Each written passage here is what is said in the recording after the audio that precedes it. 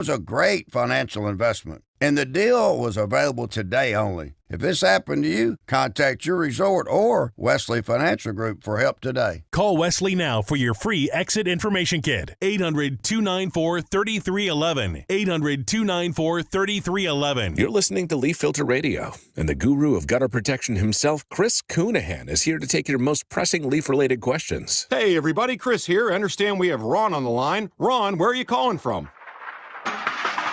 Uh-oh. Ron, are you calling from a ladder? Well, I was.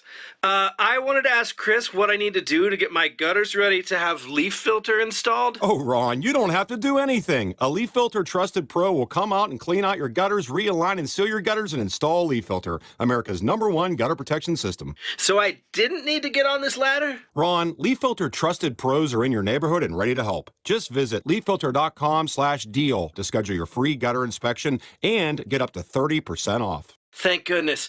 What was that site? To get this special radio offer, go to leaffilter.com/deal for your free gutter inspection today and get up to 30% off. That's leaffilter.com/deal for up to 30% off. leaffilter.com/deal. See representative for warranty details. Kids across America are going to school hungry every day. With help from caring people across America, No Kid Hungry is providing healthy meals and hope to hungry kids so they can build better futures. Learn more at helpnokidhungry.org. This is the story of the one. As a custodial supervisor at a high school, he knows that during cold and flu season, germs spread fast. It's why he partners with Grainger to stay fully stocked on the products and supplies he needs, from tissues to disinfectants to floor scrubbers. All so that he can help students, staff, and teachers stay healthy and focused. Call 1-800-GRAINGER, click Grainger.com, or just stop by. Grainger, for the ones who get it done. I'm attorney Brian Ritchie. Getting hurt in a car wreck comes with all kinds of stress and frustration. But when you call me, I'll be on top of all of it. So all you need to worry about is getting better. If you've been injured in a car wreck, I'm on top of it. Contact us at ritchielaw.com. Broadcasting live from the Lenovo Studios. WCMC HD1 Holly Springs. 99.9 The Fan. The Triangle Sports Leader. I'm WRAL meteorologist Elizabeth Gardner. Nice afternoon out there. We'll see partly cloudy skies and just a light wind gusting only up to 10 to 15 miles per hour. A high of just 66, so noticeably cooler than yesterday. And it will be a chilly night tonight. We dip into the mid to upper 30s, so some patchy frost is possible for Friday morning. But Friday afternoon looks nice, partly cloudy with highs in the low 70s. Weather update brought to you by Newcomb and Company, where your comfort is their business. Visit newcombandcompany.com. 3 o'clock check of your money. Dow Jones down 252 points to 47,058. Wide open, Teddy Hoffman, near sideline 30, sprints 20, Hoffman is gone. Teddy Hoffman was wide open near side of the field. 55-yarder to Hoffman, and this place is bananas. Bailey, handoff, Scott sees Bart, sprints 20, Duke Scott 10, touchdown. Deal sealer, Duke Scott. 31 yards down the near sideline. NC State's going to upset 8th-ranked Georgia Tech, and Carter Finley The loses his Drive mind. with Tim Donnelly on 99.9 The Fan. That's right. It's The Drive with Tim Donnelly here on 99.9 The Fan. Starting off today's show with some highlights, as you just heard, from NC State's 48-36 victory over the 8th team in the country, according to the AP poll, Georgia Tech. And the reason we're starting with those highlights is because straight out of the gate, joining us on the Heister Automotive Group hotline is the architect of that win for NC State. Their head coach, Dave Doeren, joins us here, 5-4 NC State, coming off that win over Georgia Tech, heading into a bye. Coach, we appreciate the time. Thank you for jumping on the phone with us. We'll start with $50,000 well spent on the fine for field storming. Is that how we're looking at the expense? Yeah, not batting an eye after that celebration. It was a lot of fun, and proud of the guys and staff and our fan base. It was a terrific night. We're talking with Dave Doeren, NC State head football coach. Right at the top of the show, your team played well. Obviously, you get a win like that, you want to praise everybody, but your quarterback, C.J. Bailey, heck of a game versus Georgia Tech. You've coached a lot of quarterbacks that have gone on to play at the next level. When you look at C.J. Bailey, where he is, underclassman in his development, How high maybe is his pro potential when comparing him to some other players you've worked with?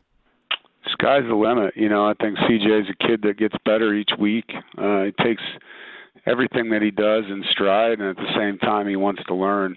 He's very open to coaching, and he's the first guy to point something out that he can get better at. So, as long as he stays in the same mindset of being humble and hungry and wanting to learn, he's got just incredible talent, arm talent, vision, can extend plays with his legs, and he's just got a really great demeanor. Kids love playing for him, and the coaches around him. He just brings a spirit that makes it fun to work every day.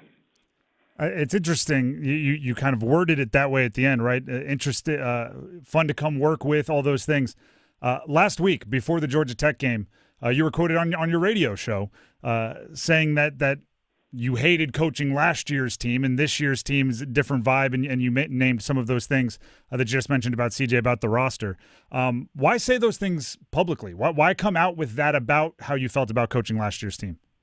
Yeah, I think how people take things is not always what's said, and it wasn't a hate towards the players. It was just the vibe we had. There was a lot of what I consider selfish behavior, guys not getting the ball enough and pouting and things like that. And football to me is the greatest team sport there is. And, only 11 guys get to play on a roster. There's 125 in the locker room. And regardless of your role, it's about doing the best you can to help your teammates. And this team has just been selfless. It's been so much fun to be around these guys and help them get better. And they give us the opportunity to coach them. And it's been really refreshing, being around a team that just wants to get better, wants to play for each other, wants to help each other. And no matter what happens, they just come to work, and they let the staff and the teammates around them show up with good attitudes and play hard, work hard. And, the results aren't always the way you want them to be. That's unfortunate when it happens that way, but it doesn't mean you don't get to celebrate what you have. And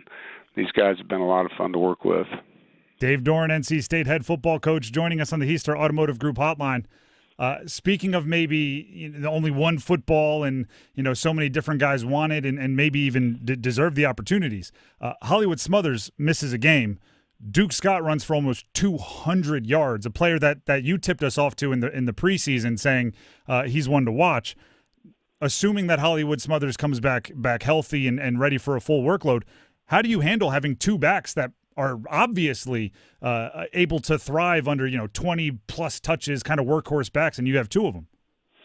Well, that's why you need them. It's a long season. It's a physical position. They take a lot of contact with and without the ball, and it's nice to have two guys that can explode in a game and do things that way. And every touch that they get is a touch that can be more than just a 3 or 4 yard gain. It can be a touchdown, and you need that kind of depth and competition and a rotation that allows them both to stay healthy. And hopefully we'll have Hollywood back soon, and we can have both those guys clicking. I hate to have to ask this one, and I assume you don't like talking about it. I think we come from kind of the same background of the reasons we love college football. But have you or your front office or your staff begun the first talks or maybe even solidified talks with guys for commitments to next year, knowing that in modern college football it's free agency every offseason? No. Obviously behind the scenes we talk as a staff and things like that, but, the focus is on the now with the players, and we still got a lot of games in front of us, and, I just think it's the best way to do things. The way they've moved the portal back helps. Last year the portal opened literally 3 days after the season ended, and that made it a lot different than having a whole month like we do now. Last game against UNC is in November, and the portal doesn't open until January, so you have time to do those things, and obviously for us as a staff, we need to be ready when the season ends. In those conversations that you have kind of maybe not away from the players, how fluid is it? Is it like, oh, Duke Scott has a big game, we need to set aside more resources for him? Like, are those conversations that kind of flexible as you move on? They can be. I'm not dealing with that. Our GM and the recruiting staff definitely sit back there and work on things like that. But, my focus is on trying to get ready for the next game right now, beating Miami, and we have a bye week here to kind of assess us as well, and trying to stay in the moment and, worrying about things that are really out of my control at this point in time doesn't help me win the next game. Well, then let's look at the bye week. Other than get healthy, which I think every coach looks forward to an off week for that purpose. What's priority number one for the team this bye week? Yeah, I think there's always little things that you can refine, and whether it's fundamental things that you want a certain player to get better at, or some schematic things, whether it's tweaking a coverage or a run play, or hey, we've run this play a certain way, let's have some plays off of it. Where can we break some tendencies? Those are things we all try to do during bye weeks. I think all coaches are the same that way. It's unique for us because we just had a bye 2 weeks ago, so it's a little different than the first one when you talk about your self-scout. We're really using this more than anything to get healthy and get a head start on the next game. With the bye week, I hope you're okay with one big picture question. I like some of your forward thinking. I co-opt your move the season up a month to get the season done earlier take all the time, and I think I give you the bibliography. So looking at the CFP rankings, which just came out, the first edition of, the ACC doesn't have a team in the top 13. Is there a way the ACC can work together? And actually, your wins over Virginia and Georgia Tech probably have something to do with that. But is there a way the conference can maybe adjust the way they operate that can boost a little bit more of the standing nationally? I couldn't tell you.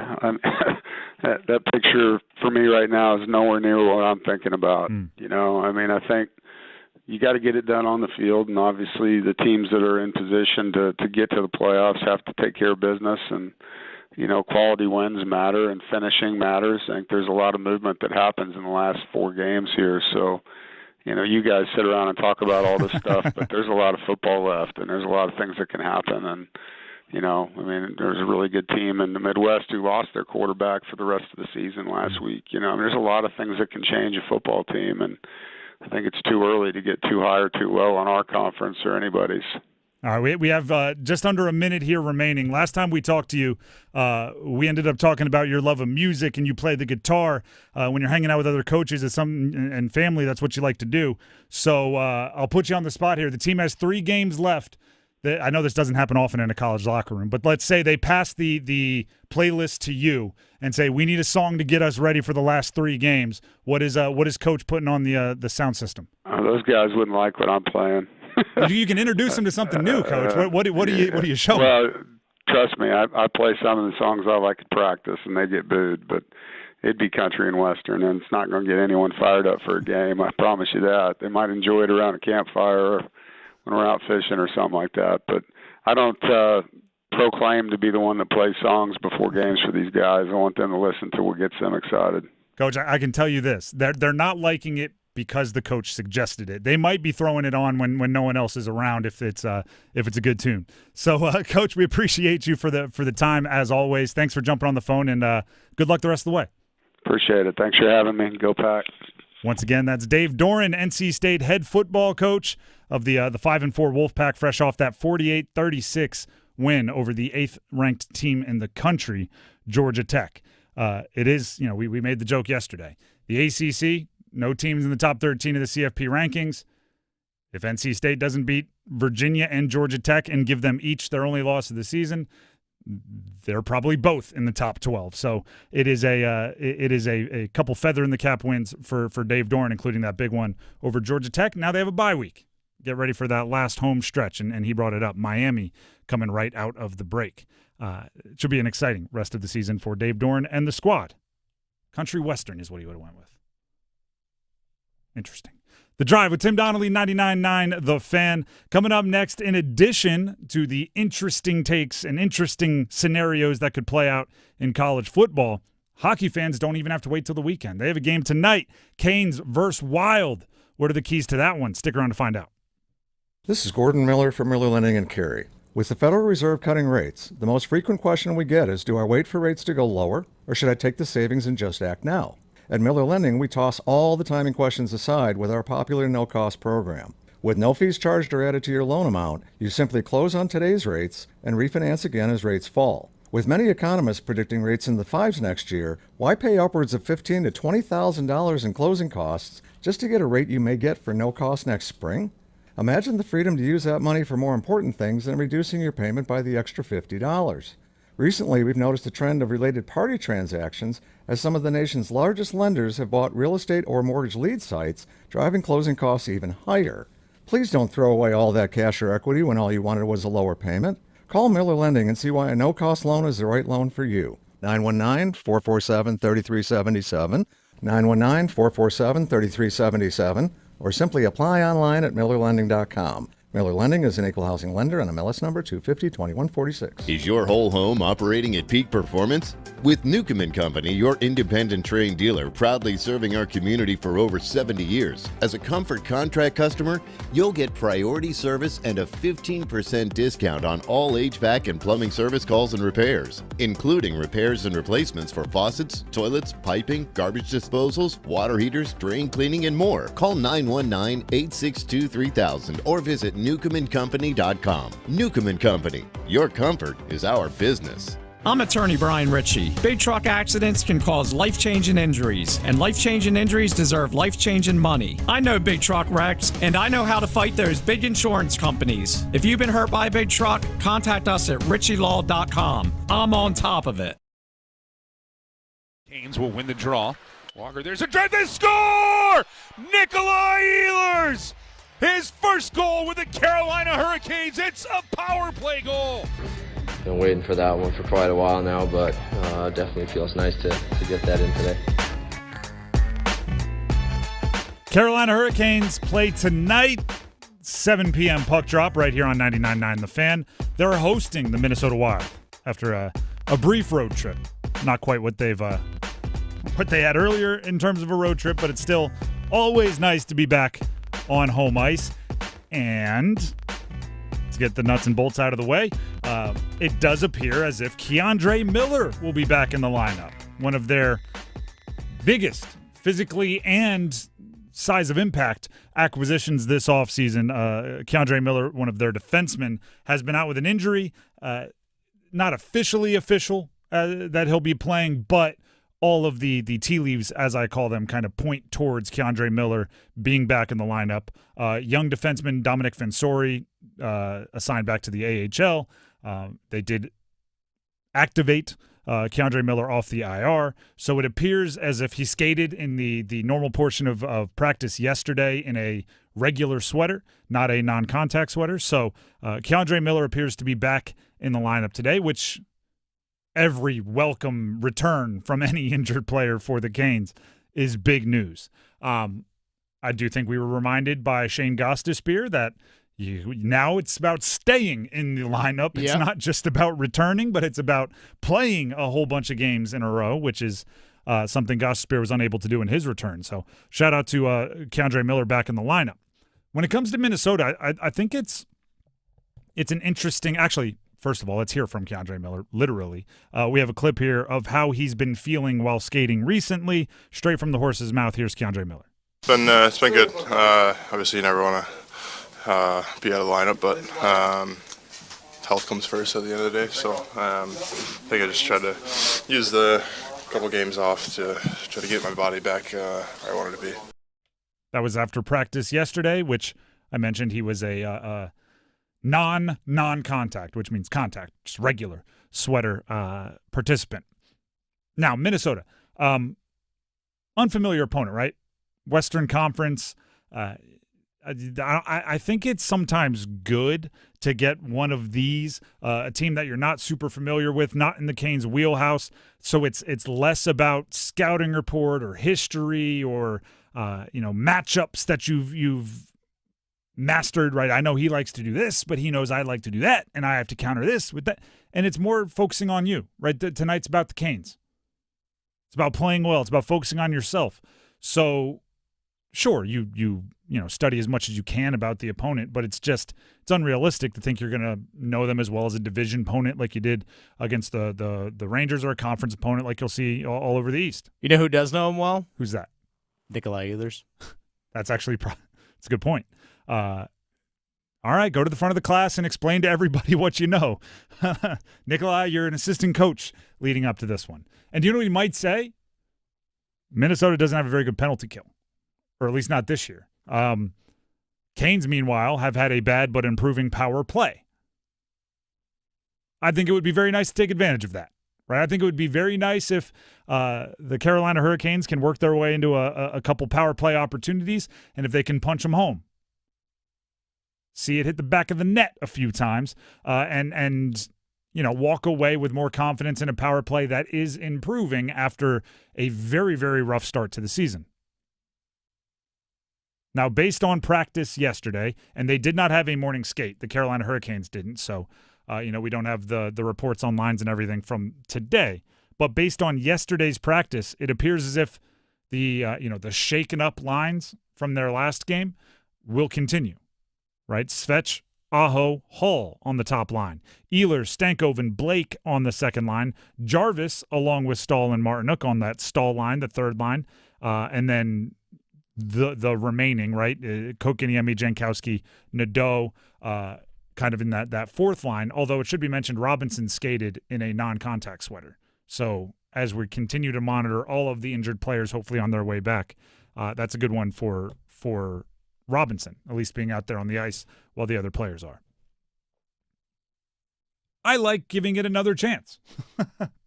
I know that some people were super against the shaking up of lines and how they decided to put them together. And I know part of it had to do with the Rangers, but you shake it up, you get a 3-0 win, it allows you the opportunity to see it again. And hopefully see it again, right? And if you get wins, I'm going to keep saying this until they're at least mostly healthy. Every win is worth its weight in gold because it buoys you until you get back closer to full strength. And if you can experiment and learn more about your team along the way or prepare yourself for whatever situation may come more along the way, I think that's good. I think it's a really gosh darn good thing. So Aho being with Hall and Svech, I don't think that's going to be what it is for any long period of time, but if it gets people going right now, I like it. On the defensive pairings with, as I mentioned, Keandre Miller back, Nikishin Walker, which is Nikishin's been shining, and Walker I think I don't want to call him like a supporting actor, but I think he's great for doing a lot of the dirty work and meshing with whoever he's with. So keeping Nikishin there, I like. He's playing really, really well. Sean Walker has been. Both of them, and I think it's a bit of the yin and yang thing, right? Like they fit together well. Although, like I said, I think Walker fits together with a lot of people as that pairing. Riley Nystrom and then Miller Chatfield. And, obviously the minutes will show probably how comfortable they are with Miller playing, coming straight out of the injury. I've said it since preseason. I want to see Chatfield and Miller really get on the same page, and I think that can be a wildly dynamic defensive pairing. So putting them together straight out of the injury, I'm a big fan. I'm a big fan of that decision. Riley and Nystrom is fascinating. I think that's, you have two pairings you absolutely love, and you have the third, which you're looking at them and saying, I'm going to need you to do a great job with an unusual pairing, right? Riley, the vet, Nystrom, brand new, but whatever it is, I think they're making good, if experimental, line decisions up and down the defensive pairings, up and down the forwards, and that's what this part of the season is about. Make sure you're comfortable in a million different positions and see what works. You might stumble into something that works gangbusters, that becomes one of the tools you have in your toolbox later in the season. I don't see anything that's as uproarious as some did for the Canes. Now, going into tonight, there are still, I'll say ripple effects, right? It's just the lasting impact of Nikolai Ehlers getting his first goal of the season last game. Right, we're going to do first goal scorer predictions, which, by the way, you can send them to me on Twitter at Donnelly Sports. You can wait and try to call in at 4:33. We'll take a handful of your calls on air to make your first goal scorer predictions. Who will score the first goal for the Canes tonight, and in what period, are the two pieces of information we need. But with Ehlers having scored his goal, I think there's no more like blanket I hope for goal scorers. right? Obviously, you hope for goals. You root for goals. You want your top guys to play like top guys, like all the generic stuff. But up until this point, I think there's always been somebody who, outside of the matchup, outside of gameplay, I just want them to score for them. Not pity, but like just get one so we can move on. Right? At first it was Svetch. He didn't have a point for a long time. And everybody was, we need to get Svetch going. We need to get Svetch going. Obviously, Ehlers, up until this past game, it was the new high-priced Nikolai Ehlers. Why isn't he scoring? He needs to score. And if you mix in there a little bit, I think Bradley Nadeau was there as well, where it's just they wanted to see the young goal scorer score goals. There's really none of those now. There's none of those emotional hopes. And because of that, it's like we're like finally into the meat of the season. And now what you're hoping for is just whatever you think the team needs. It's not what that guy needs just to get the weight off his shoulders. It's now whatever you think the team needs, which I think is fascinating. When it comes to the future, the long-term success of this season's Carolina Hurricanes, what do you think is the most important thing that can happen in a game? That's what to me the like, you know, if a long season, and hockey is a long season, gets divided up into little mini seasons, right? Little stretches where the theme might change. To me, that's one that just buttoned up. The first season of let's get everybody started, let's get everybody rolling, everybody see the back of the net one time, at least all of the main characters. Now you're into the teeth of it. Right, as you continue to maybe mess around with lines, get guys healthy, what do you want to build off of? So for me, it's if you're spreading around Aho, Ehlers, and Jarvis, I want to notice those three. Right, well, I don't want to be watching a Stahl, Martinook, Jarvis line, and no offense, have it look like a Stahl, Martinook, Carrier line. Right, I want Jarvis to bring something else there. If you're removing Ehlers from that top line after it was always assumed the top line was going to be like he was the guy to finally complete the top line, I want to see him creating for Stankoven and Blake. Whether the shots find the back of the net or not that's you know, hockey bounces a funny direction a lot, right? But if the chances are being developed, I'm cool there. And then probably, you know, as expected, Aho directing the show on the top line is you know, I'm not worried about seeing it, but I want to see it. What's the line you want to see get going? Obviously, second game we're going to see this group of 12 in these pairings in these lines. What's the line you want to see get going tonight? I want Aho, Hall, and Svetch. Yeah, and a lot of it has to do with Svetch.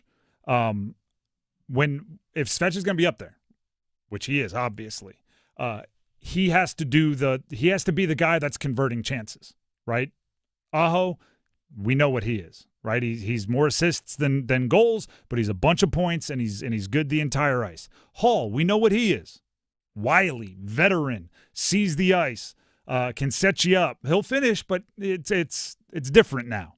Svetch is the one who should be, hopefully, peppering the goal, scoring, making the reckless highlights. The way that line works for me, if it's working, is Aho has multiple points, but the plays we remember are Svetch, right? Like Aho, the advanced analytics love him. He has a goal and an assist, but you know the SportsCenter top 10 play is probably Svetch. That's the way I want to see that go. Are you on board with that as well? Is that the line you want to see? I felt like when you asked the question, there was an answer that was you were trying to water into a plant.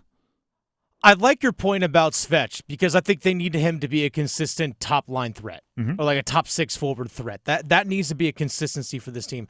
I was actually looking more of the Stankoven, Ehlers, Blake line because I feel like if you can find good chemistry between those three with the speed that they all have, but also a couple guys that have a little bit more of a shoot-first mentality with Stankoven and Blake, if Ehlers can fit well on that line, then I think it even spreads further out your scoring throughout your lineup, and you have a couple really consistent scoring lines.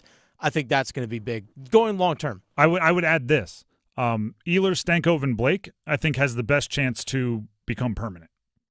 Agreed. Because I don't think, and this is not disrespect to him, but he's an older. I don't think Hall is skating top line minutes all season. No, not consistently. And I think you want Jarvis probably up on that top line. Yeah, not immediately, but sooner rather than later. Ehlers, Stankov, and Blake, if it works, if they start improving and they start scoring, I think that could be your second line going into a postseason series with everybody healthy. So I do want to see that line do well as well. The Drive with Tim Donnelly, 99.9 The Fan. Before we move on and we get to the Dean's List, and by the way, we talked with Dave Doeren at the top of the show, head coach NC State football. We have Manny Diaz, head coach Duke football. Both big wins over the weekend. Manny Diaz, you can hear our conversation coming up at about 3:45 here in the very same hour. So that's coming up in a little bit. Before we get to any of that, though, I got to tell you about Maynard Service Company. Tim Donnelly here for Maynard Service Company. I've been trying to talk about seeds and watering them into plants. I've been planting this seed for you all. If you have a large amount of people expected to come over for the holidays, now's a good time to get your heating, cooling, plumbing, electric. Get it checked out. Make sure it's working if there's anything that's a little faulty. Call Maynard Service Company. Describe to them what you're dealing with. And the reason why I say that is there are times where your house, something isn't working perfectly, but it's just you, maybe your significant other, a kid or two. Maybe it's just you, and it's fine for you, right? Maybe you run hot. So if the air conditioning isn't working great, it's fine. But suddenly you get, the aunts, the uncles, the cousins, you get the parents, you get the grandkids, you get them all into a house, and now you need it to be operating as efficiently as possible. Get ahead of it, right? Don't wait till everybody's complaining around the table. Get ahead of it. Call Maynard Service Company now. 919-361-0993. Heating, cooling, plumbing, electric, whatever your concern is. 919-361-0993. Or visit them online at MaynardServices.com. MAYNOR Services.com. The Dean's List up next. Manny Diaz, Duke's head football coach, later this hour. Don't go anywhere. Keeping your engines healthy means protecting them in season and out. Experts trust Stable to do that. And third-party testing confirms it. Stable is the industry leader in preventing fuel-related issues, no matter if you use it in your car, boat, or outdoor power equipment. In season or out, at every fill-up or when you store, start with Stable. It's bow time. Fumble in the food on game day? Rookie move. But Bo can make your tailgate a winner, breakfast, lunch, or dinner. Because the Carolina Legend has everything you're craving. We're talking crispy, juicy chicken loaded with real Southern flavor, fluffy, scratch-made buttermilk biscuits, and all the fixins to feed your whole crew faster than you can say touchdown. Be the MVP this season and let Bojangles do the cooking. Order your tailgate today. It's bow time. Planning a tailgate? Then it's bow time. Bojangles has everything you need for the perfect tailgate, no matter how many fans you're trying to feed. There's the original tailgate, the super tailgate, and for a really big crowd, the jumbo tailgate special. And if you like your chicken off the bone, choose the Supreme's tailgate special that includes 12 perfectly seasoned tenderloin fillets. So grab the tickets, get that Bojangles tailgate special, and go. It's bow time. Progressive knows there are some surprisingly expensive things in life, like fences. A house with a big yard and a white picket fence was always the dream. But then you saw the price to install a fence and you're wondering if the color is driving the price up. Nobody ever dreams of a beige or a gray picket fence, right? So maybe those fences are cheaper. But no, they're not. Then you remember that switching your home and auto to Progressive could save you hundreds and make all your dreams of a fence come true.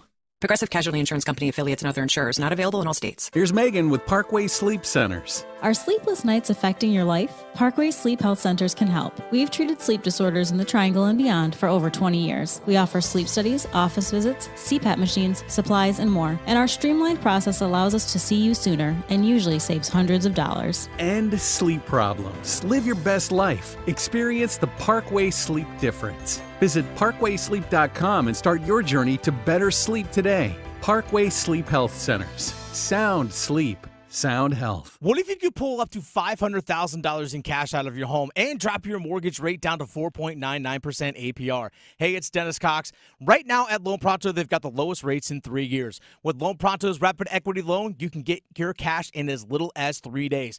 Pay off all those high-interest credit cards and even skip your next 2 house payments. One client just got $300,000 approved in under 24 hours, paid off their debt, paid off 2 car loans, and saved $2,100 a month. One call, life changed. There's no wait, no hard credit pull up front. You probably won't need an appraisal. Just fast, easy cash from your home's equity. Rates are at a 3-year low. Act now. Call 919-381-1760 or visit loanpronto.com for your free instant home appraisal. See how much cash you can get today. Loan Pronto, A+ rated with a BBB and nearly 2,500 5-star Google reviews. Call 919-381-1760 and see how much cash you can get today. Loanpronto.com. Equal housing lender, NMLS 166171 on approved credit. Visit NMLSconsumeraccess.org. As here's Dame Sarr in the front court. Kicks it back up top. Evans again. Got it again. Oh, he's on a heater. His 4th 3. He's got 12. And the lead grows to 5. The Drive with Tim Donnelly, 99.9 The Fan. Busy day today. We're about 15 minutes away from our conversation with Manny Diaz, head coach Duke football. We've already heard on the show today from Dave Doeren, head coach NC State football. You can hear that again at 4:45. We understand we've conditioned you not to expect interviews right at 3, so we'll make sure you have another opportunity. That'll be at 4:45. Right now, though, here on the Drive with Tim Donnelly, it's time for the Dean's List.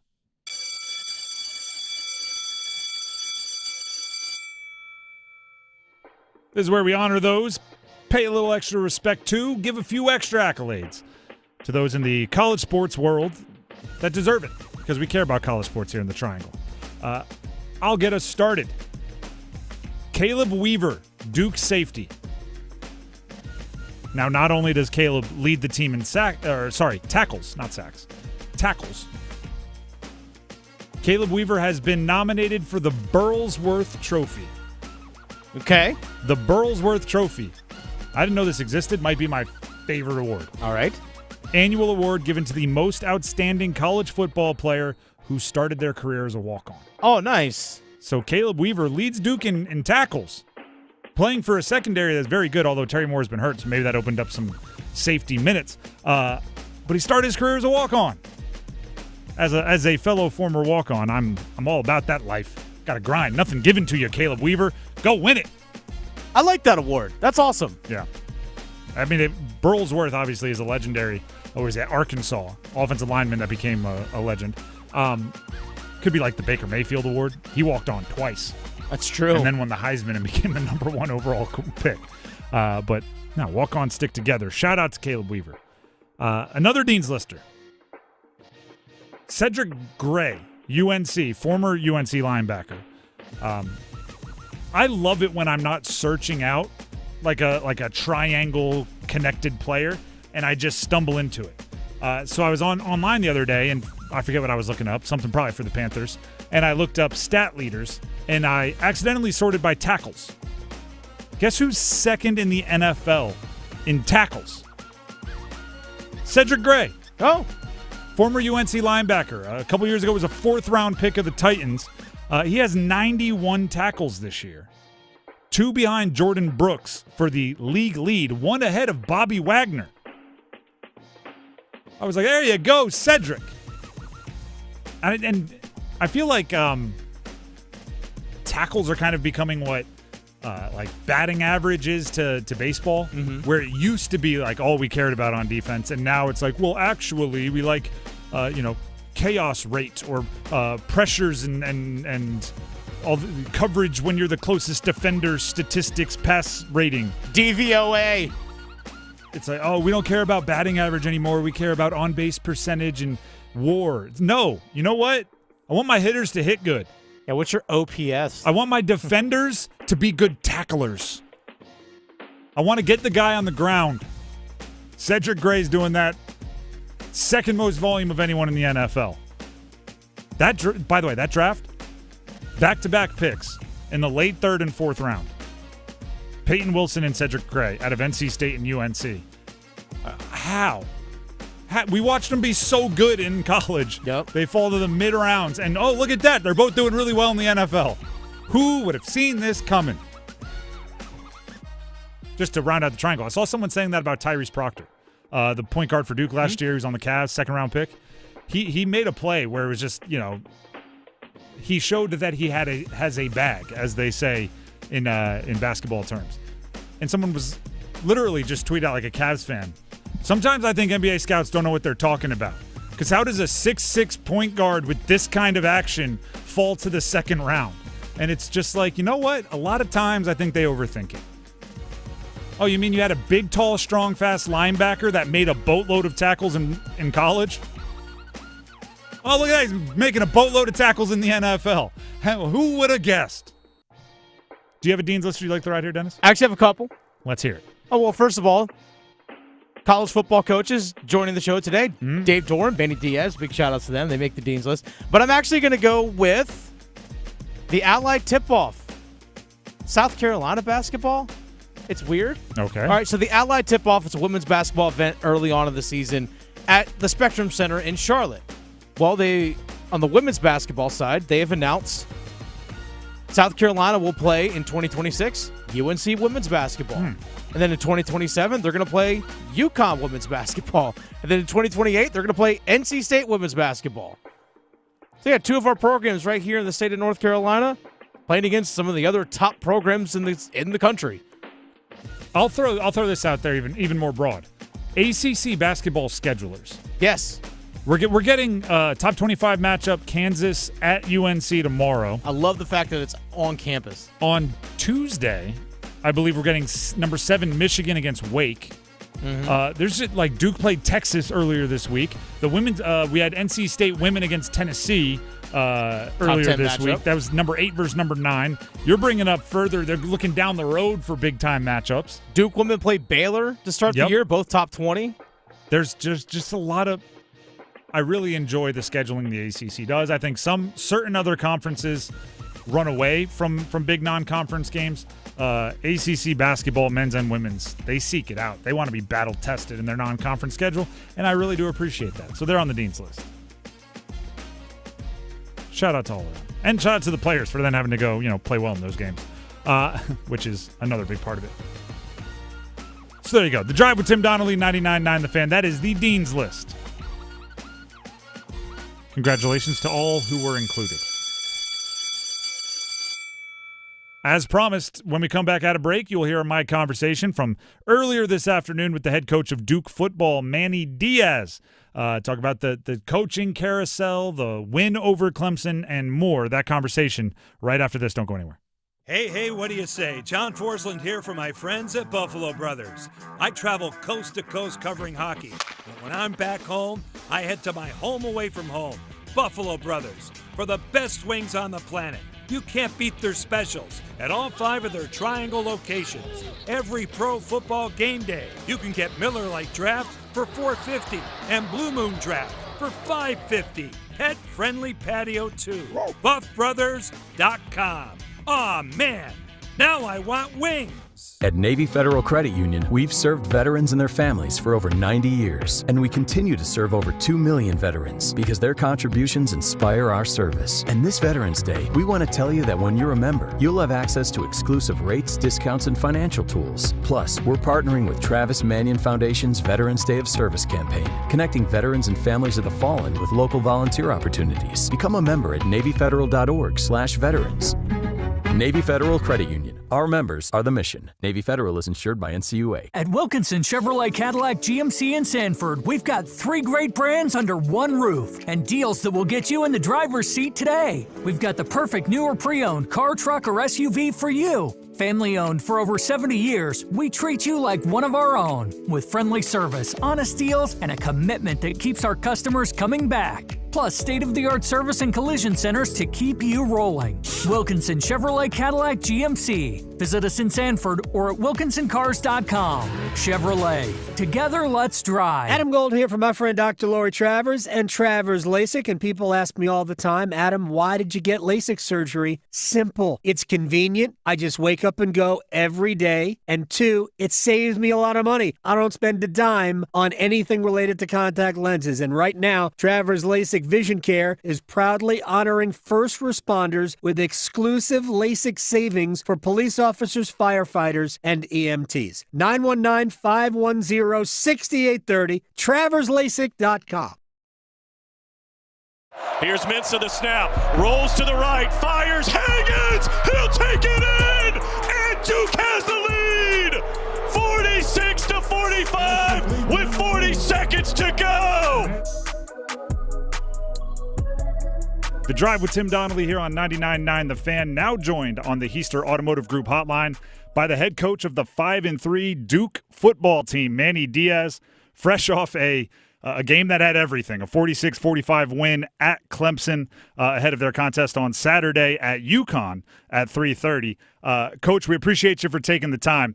I want to start with your quarterback. He's leading the country in a whole bunch of stats, and that's obviously something that you anticipated, maybe not leading the country, but high production when you brought him in out of the transfer portal. We're talking Darian Mensah.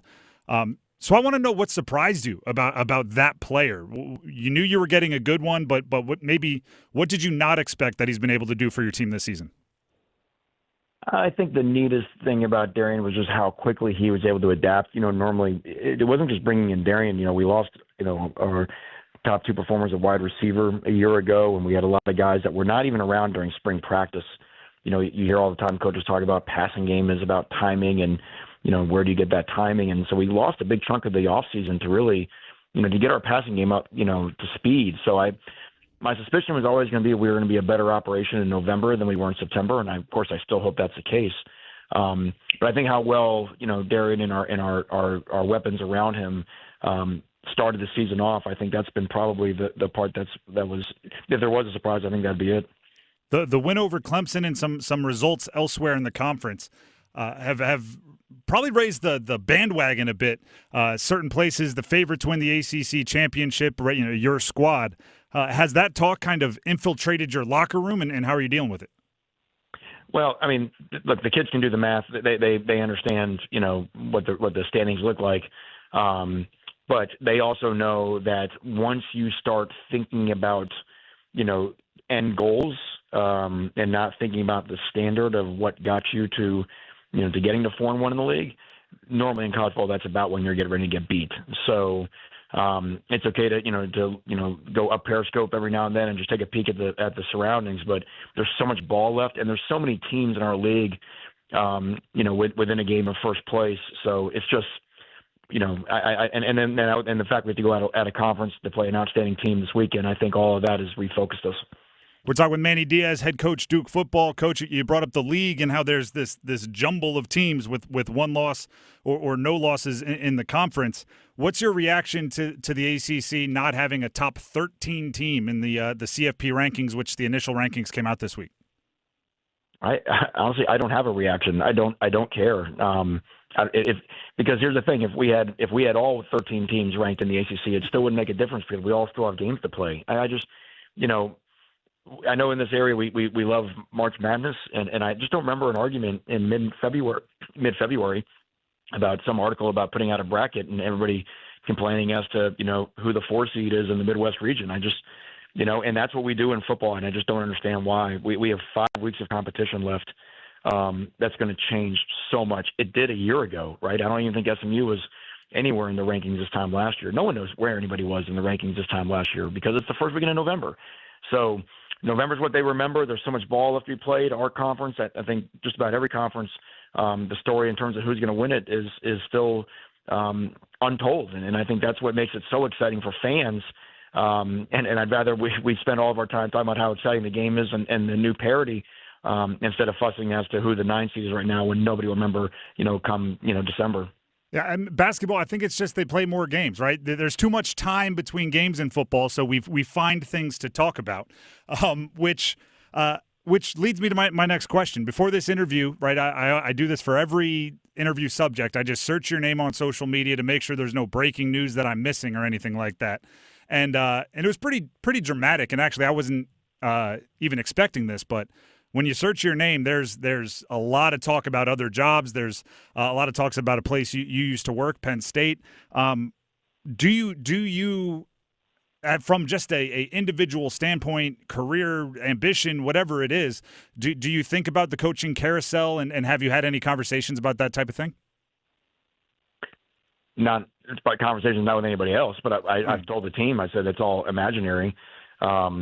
And I think, again, what people are not paying attention to, if you look at what's going on right now, is people are showing that if you are at a university with top-down alignment, right, and you've got a program with outstanding coaching and development, with schemes where players can thrive, hell, you can win anywhere right now.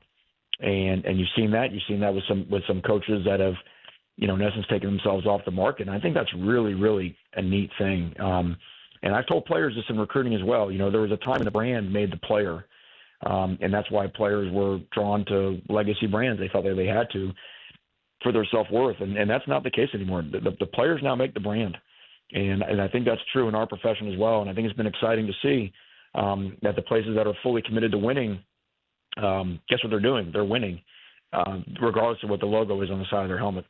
Do you reach out to your bosses at Duke and say, these other coaches have been able to recommit with further commitments and maybe see if they're interested in something like that?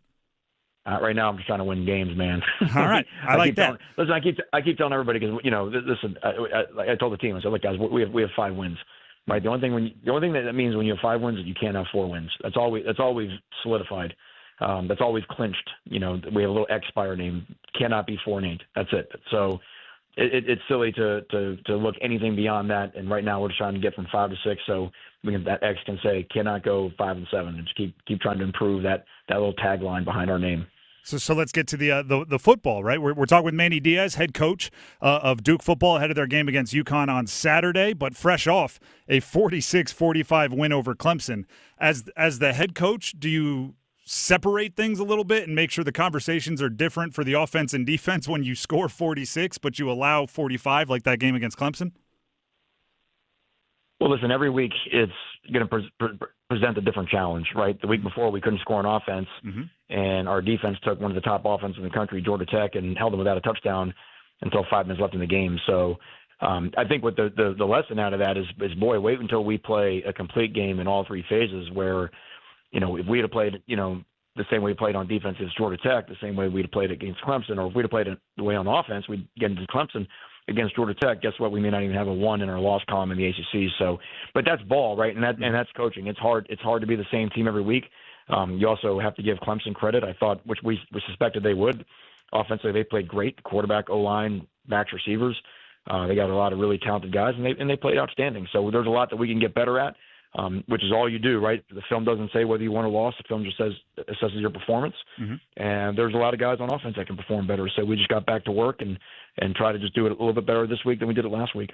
I've been talking that same thing about your team. If it all comes together in a big game at the right time, I think the sky's the limit. Looking at UConn this weekend, their quarterback, as a former college quarterback, I'm kind of caught off guard. He has 22 touchdown passes, has not yet thrown an interception this entire season. 304 attempts I have here in my notes. Do you have a secret, plan to get your hands on the ball against a team that hasn't really exposed it? Well, not only do they have not thrown an interception, they only have 1 fumble, lost fumble on the season. I think they've only put the ball on the ground 3 times total. Those are extraordinary numbers. To be going into the second weekend in November, and that's why they haven't lost a game in regulation. And then you pair that with the fact that they're I think 2nd in the country in sacks and top 10 in TFLs. They're damn good. This is a really, really good football team, and that's the trick to try to explain to our guys. Listen, everybody gets excited, nationally because you beat a brand like Clemson, but this is what I keep saying is, the brand of UConn, we're not playing brands. We're playing these guys and this coaching staff, and what they have put on tape so far this year has been really, really good. And, beating Boston College up in Boston, they lost to Syracuse in overtime, and that's when Syracuse was fully weaponized with their quarterback who was leading the country in passing at that time. So they have our full attention. They know that we'll have to play our best to have a chance to win. All right, Coach, last one before I let you go. I hope you'll indulge me on this one. Your linebacker, Luke Murgott, went to my high school. His mom was my math teacher. He's led you in tackles the last 2 games. You got yourself a dog in that one, right? Yes, no, Luke's the man. As you mentioned, great family.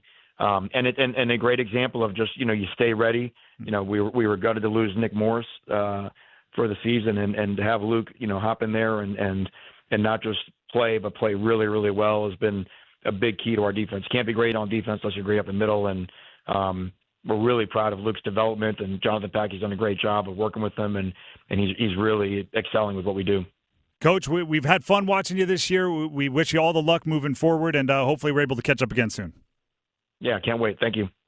Once again, that is Manny Diaz, head coach, Duke football, following their win over Clemson over the weekend and heading into their matchup against UConn, who I think Coach did a good job explaining. That is a unique challenge going up there to UConn. They statistically are a very impressive team, even if 3 losses in the loss column might not lead you to think that. Very impressive statistic team. I want to build off one thing he said earlier on in that conversation, where he was obviously we were talking about his name coming up for different jobs, right? You got to ask the question. He talks about how you can win anywhere and how it's happening now differently than it was in the past. And now I'm extrapolating off of that, right? This is not what he said. I want to be clear. This is me building off of that. What I heard him say was your reputation, what you know, what you think of when a team pops into your brain is not the only way to show players that you're all in or that you care a ton about football anymore.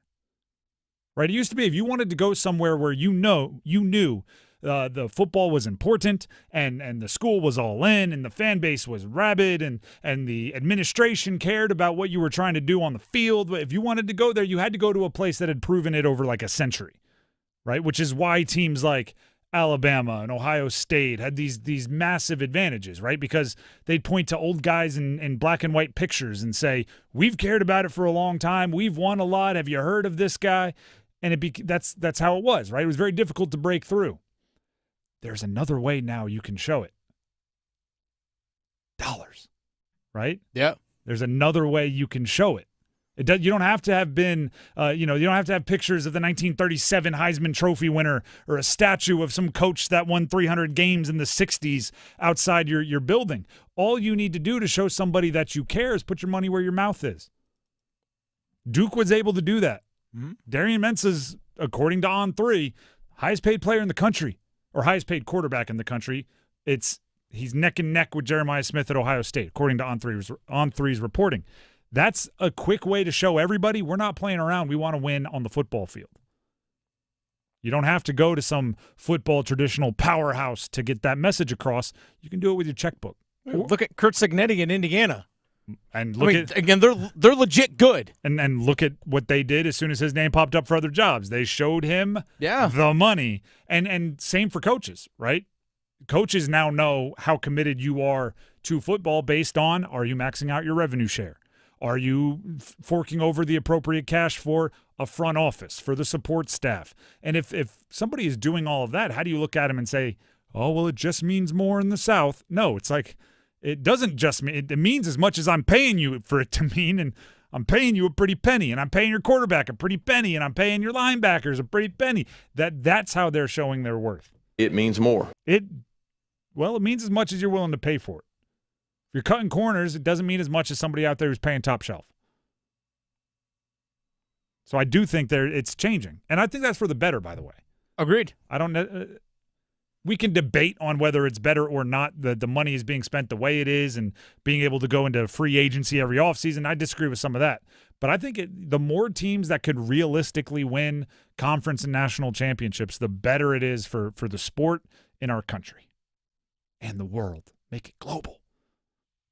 The Drive with Tim Donnelly, 99.9 The Fan. Speaking of that sport, let's go up a level.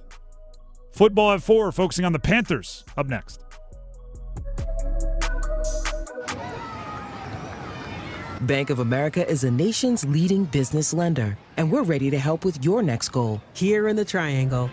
That's why we have over 3,700 local business specialists across the country. Because with the right team, your business and community prosper. What would you like the power to do? Learn more at bankofamerica.com/local business.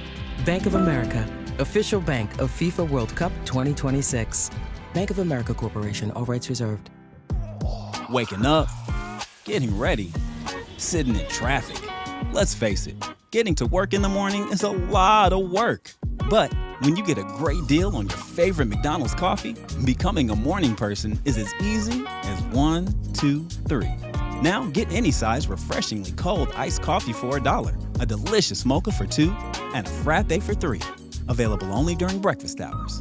Price and participation may vary, cannot be combined with any other offer or combo meal. I am here with Patrick Day of the Aluminum Company of North Carolina. I'm on your website. Gutter helmets right on the front of the website. Do you have a gutter helmet to fit my head? I have a small head. We have a gutter helmet for every head, Adam. So anyhow, if you give us a call, we'll come out and take a look at your windows, doors, siding, roofing, gutters, and of course we can do the gutter helmet. We have financing programs that are really good. So we have like 12 months with 0 payments for 12 months. You don't have to pay anything. So if you're thinking about home improvements and you're thinking you're saving up for it, just come on and see us and we'll go ahead and get you set up and get your project done and you can pay in 12 months from now. I feel like you're speaking directly to me. If it's for the exterior of your home, there is no better place than the Aluminum Company of North Carolina. You can find them online, aluminumcompany.com. Siding, roofing, windows, entry doors, storm doors, and the world-famous gutter helmets. Aluminum Company of North Carolina, 1-800-672-4348. This hour of the Triangle Sports Leader is powered by Ritchie Law Firm, injury lawyers. Ritchie Law is on top of it. Go to ritchielaw.com. That's ritchielaw.com. They score! Broadcasting live from the Lenovo Studios. WCMC HD1 Holly Springs. 99.9 The Fan. The Triangle Sports Leader. I'm WRAL meteorologist Elizabeth Gardner. Nice afternoon out there. We'll see partly cloudy skies and just a light wind gusting only up to 10 to 15 miles per hour. A high of just 66, so noticeably cooler than yesterday. And it will be a chilly night tonight. We dip into the mid to upper 30s, so some patchy frost is possible for Friday morning. But Friday afternoon looks nice, partly cloudy with highs in the low 70s. Weather update brought to you by Newcomb and Company, where your comfort is their business. Visit newcombandcompany.com. 4 o'clock check of your money. Dow Jones down 386 points to 46,924.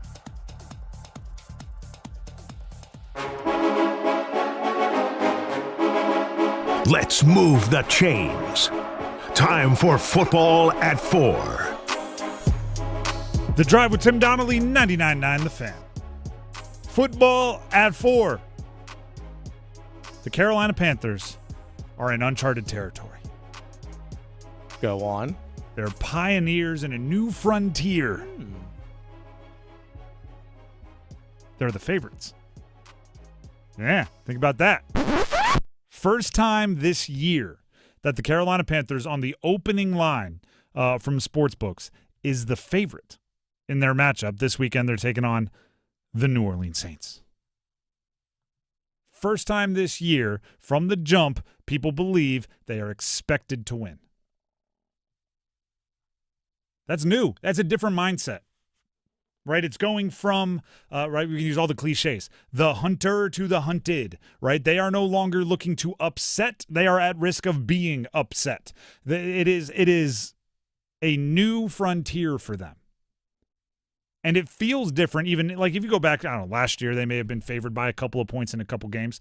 It feels different because there's also like a mix of actual belief, right? It's not, the Saints are bad, don't get me wrong. But it's not just, oh, 2 bad teams are playing and this bad team is slightly less bad. It's actually like, no, this is above 500 midway through the season, a team that has an identity going up against a team that's reeling.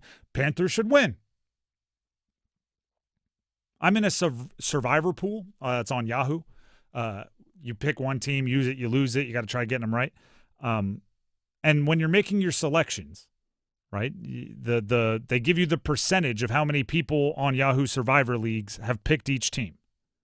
So usually by now we're over halfway through the season. Like the Bills have been used, right? The Eagles have been used. So take it with a grain of salt. But about 30% of people that are still alive in Survivor pools have picked the Panthers this week. They're the one where you're looking around going, oh, good. We have a good team against a bad team. My chances are strong. Let me take the Panthers. Now that is, first of all, good. Like, let's just get the obvious out of the way. People are believing in you. You're playing good football. You have an identity. There's some things you do that people don't think the other team can stop. Way to go. But also it's a new challenge. It's a new challenge. How do you react to it? You don't have the added motivation or the chip on your shoulder of nobody believes in you. You don't have the us against the world mentality. Everyone that needs to believe is in this locker room and forget about everyone out there. There's none of that right now. Now actually people are starting to believe in us. Do you quote unquote drink your own Kool-Aid? I've questioned at times. And I've done it here on this show, and some of you agree, some of you disagree. I've questioned at times how a team would respond to Dave Canales' personality as a coach after a bad loss. I have yearned, I've begged and pleaded into the ether that he gets mad after losses, that he yells and screams, that he does something to show everybody that it's not all rainbows and warm chocolate chip cookies when you get your tail kicked on a football field. But guess what? I actually think that kind of plays after a win, right? I love to play football. Oh, my favorite thing about this guy is he loves to play football. We love to play football. It is another opportunity to get better. It's great. It's about the process. I love Tuesday practices as much as I love Sunday game. Like, I think that plays actually kind of well when things are going well. I think it sounds at times ridiculous and goes in one ear out the other after a bad loss. It's like, oh, you're trying to say this was an excellent opportunity to get better. We just got smoked. But after a win, I think that's not a bad move. I think his temperament is really good when things are going well. All of that talk about process and work is great after a win. I don't think you should ignore results when you're losing. I think you should ignore results when you're winning and work like you're not. Work like you're not winning. I also think there's the added bonus of there's not a single person in that locker room. Yeah, there's not a single. I'm trying to think if anyone came from, I guess Turk Wharton maybe. There's not really many, if any, people in that locker room that won't be able to recall what it feels like to be on a bad team whenever they need that added bit of motivation.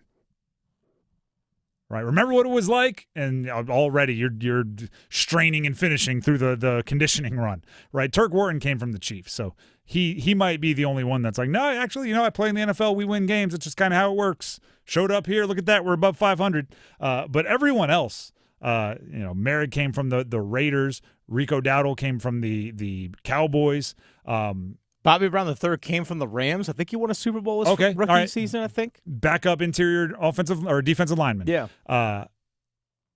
What's it? Yeah, he won a Super Bowl his rookie year in 2021. Hunter Renfrow came from not even in the league.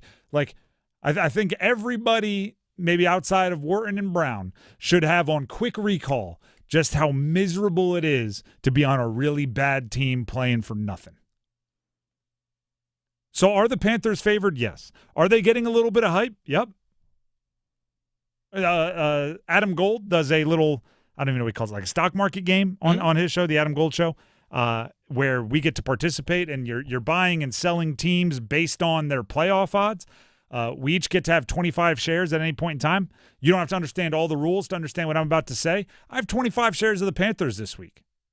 I think they beat the Saints. I think there's a good chance Tampa loses to New England. And if that happens, their playoff odds are going to be significantly increased. That's fascinating. But guess what that is worth? Nothing. right?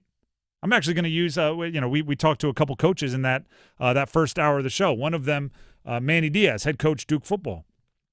And I asked him about the ACC standings in the college football playoff rankings that came out. The first edition came out yesterday, 2 days ago. And he said, I don't have an opinion. I don't have a reaction. Because it doesn't matter. We still have games to play, right? It can still change.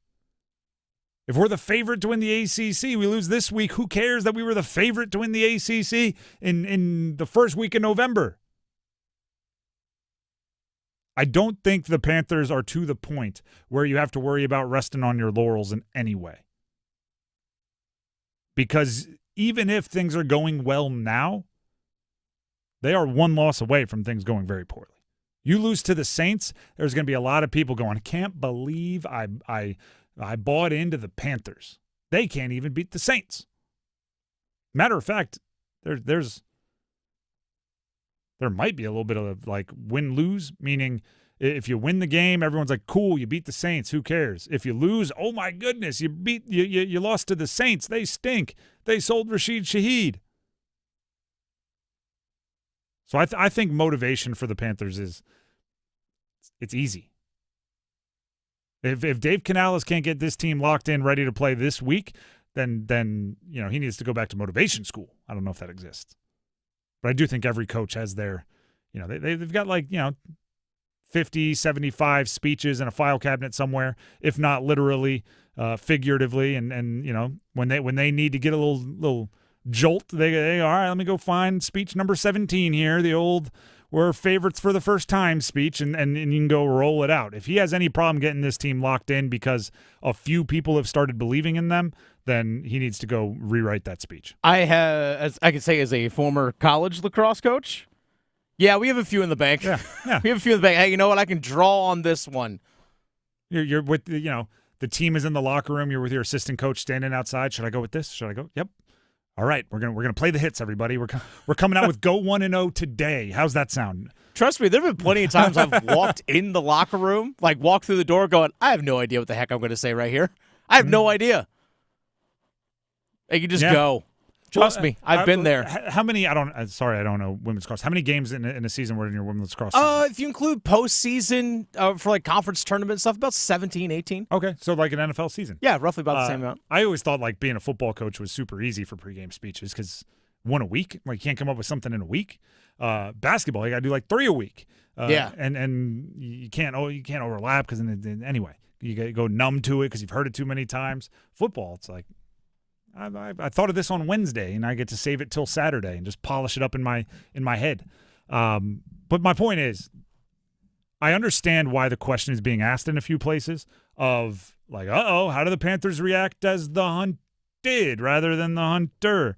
I'm going, if they've already switched their brain from the mindset of the hunter, that's a bigger issue than anything else they have going on. Right, you got to make the playoffs 3 or 4 years before you're like, we're pretty good, right? We'll win this game. The way our coach, again, remembering pregame speeches, he actually went to it a lot. He would say, if you think we're gonna roll our helmet out there and win the game, that was always his we're playing a team that we should beat by 40. If you think we're gonna roll our helmet out there and they're gonna run away from it, no. You got to have it on your head. You got to be making plays. That kind of stuff. If the Panthers are already thinking they're going to roll their helmet out there and win, completely incorrect. But it is nice to be favored. It's nice to go into it not fearful as a fan, oh no, what could happen? I think you should go into this one confidently. Like I said, I have 25 shares, the max I'm allowed to have in Adam Gold's shares stock game. I have 25 shares of the Carolina Panthers going into this weekend. And I don't think I've owned Carolina. Early in the season, I was just picking teams that were playing against Carolina. So that's a big shift in the last 9 games. Credit to him. The Drive with Tim Donnelly, 99.9 The Fan. Before we take a break, Tim Donnelly here for Miller Lending. Gordon Miller and Miller Lending offers something called a no-cost loan. They've been doing it since 1987. Gordon has. Miller Lending here in the Triangle has been doing it since they arrived in 1996. And I love the name, a no-cost loan. What could that mean? Well, It means when you get your mortgage, there's no costs, no fees, no third-party fees, no closing costs. No-cost loan means no cost. Sometimes it's great. How did an orange get its name? Well, it's orange. A no-cost loan. How to get its name? Well, there's no cost. And what that means is you get to keep that chunk of change in your pocket and help you maybe deal with a little bit higher rate than you were expecting or hoping for, because you can't control the market. It's a volatile market. Nobody can predict it. And also it sets you up to refinance down the road, right? Say you lock in a rate at 6.25 today. If rates are at 5.5 a month from now, a week from now, a year from now, refinance. And no cost, no fees, no money out of your pocket. Just get the lower monthly payment. That's how Miller Lending hooks it up, and that's why you should give them a call. Let them know what you're interested in, what your questions are. The number to call, 919-447-3377. That's 919-447-3377, or visit them online at millerlending.com. Once again, that's millerlending.com. Miller Lending is an equal housing lender, and MLS number 250-2146. Take a break. When we come back, speaking of the Carolina Panthers, what are you most confident in? What are you most concerned about? Cons and Cons, Panthers edition, coming up. Get crazy, Canes fans. It's hockey night in Carolina. It's your Canes and Minnesota. Centering attempt out in front. Kochetkov makes the save as jumping into the zone was Fox. What a save. Storm Watch with Adam Gold at 6:30. Puck drop at 7. To try to score! Nikolai Ehlers! His first goal with the Carolina Hurricanes. On your official audio home of Hurricanes hockey, 99.9 The Fan. Genie log, day 15,824. The Mega Millions jackpot is over $800 million now. I'll be stuck in this little lamp forever with nothing but all this stupid gold and rare gems. A gold-plated motorcycle? Sure does a lot of good when you live in a 10 by 10 magic lamp. Come find me. I'm at latitude 36.06. Grant your own wishes. The Mega Millions jackpot is over $800 million. Must be 18 to play. Approximate jackpot odds are 1 in 291 million. Problem gambling helpline 877-718-5543. Football season is here, and you can watch all the games at one of USA Today's 10 best sports bars, Carolina Ale House. With a massive beer selection, wall-to-wall TVs, and our award-winning wings, you'll never miss a play. Add in our lineup of homemade favorites, and you've got the best seat in the house. Bring your friends, bring your appetite, and help us create that nationally recognized game day atmosphere all season long at Carolina Ale House. Wings, beer, sports, repeat. Hell yeah. Hey, it's Dennis Cox from 99.9 The Fan from my friends over at Raleigh Weight Loss Center. I've been with the program for over 3 months now at Raleigh Weight Loss Center. And as I told you in previous weeks, I've hit 40 pounds lost. Now I'm at 42. I've lost a couple more pounds thanks to Raleigh Weight Loss Center. My goal is to hit 50. I want to lose 50 pounds. And the best thing about the Raleigh Weight Loss Center program is an actual plan for you to follow. They lay it all out there for you. I know a lot of people struggle trying to figure out the best plan for them, or do I go this way? Do I go that way? These yo-yo diets, whatever it is. Raleigh Weight Loss Center, here's a plan. Follow it. Stick with it. You can see results. I'm living, breathing, walking proof that that could be the case. 42 pounds down in 3 months. Thanks to Raleigh Weight Loss Center. Set up a free 15-minute phone call. Give them a call, 919-897-7506, or visit RaleighWeightLossCenter.com, 919-897-7506, RaleighWeightLossCenter.com. Set up a free 15-minute phone call with Raleigh Weight Loss Center. Results may vary. To snap. Martin puts it down. Fitzgerald swings the leg. The kick is good, and the Panthers win it. Ryan Fitzgerald, the game-winning field goal. Carolina 30, Dallas 27. Sweet Caroline indeed. This is The Drive with Tim Donnelly here on 99.9 The Fan. Don't forget we have first goal scorer predictions coming up at 4:33. You can send those in on our YouTube live stream. In those comments, just player that you think will score the first goal for the Canes tonight when they host the Wild, and in what period you think they will score. Anything beyond that is up to you. You can give us details, power play, rebound, whatever. On a 2-on-1 rush, like, it's all up to you. 5-hole. That's all available. Seen a few power plays. Yep. And do you think that has anything to do with the Wild don't stop the power play very well with their penalty kill? You know, what's the opposite of unstoppable force meets immovable object? The very movable force meets the very stoppable object? Yeah, something along those lines. Yeah, because the Hurricanes are next to last in the NHL in power play. The Wild are next to last in the NHL in penalty kill. Something has to give tonight, right? I mean, unless there's no power play. I was just going to say, you know what's going to opportunities. happen. The refs are just going to go, well, we don't want to watch that bad hockey either, so we're not blowing the whistle. Skated the entire game 5-on-5, which I actually think Rob Brindamore would probably like that. Yeah, absolutely. With the way they're, unless he thinks they need reps. But either way, you can get those first goal score predictions in. You get them in YouTube live stream comments, 99.9 The Fan on YouTube. If you haven't done so already, please subscribe while you're there. Just search 99.9 The Fan. Subscribe to the channel. Jump in the comments of our live stream and right there. You can also send in your cons and cons. We're going to do it for the Carolina Panthers. So what are you most confident in? What are you most concerned about for the Carolina Panthers? You can send those in the YouTube live stream as well.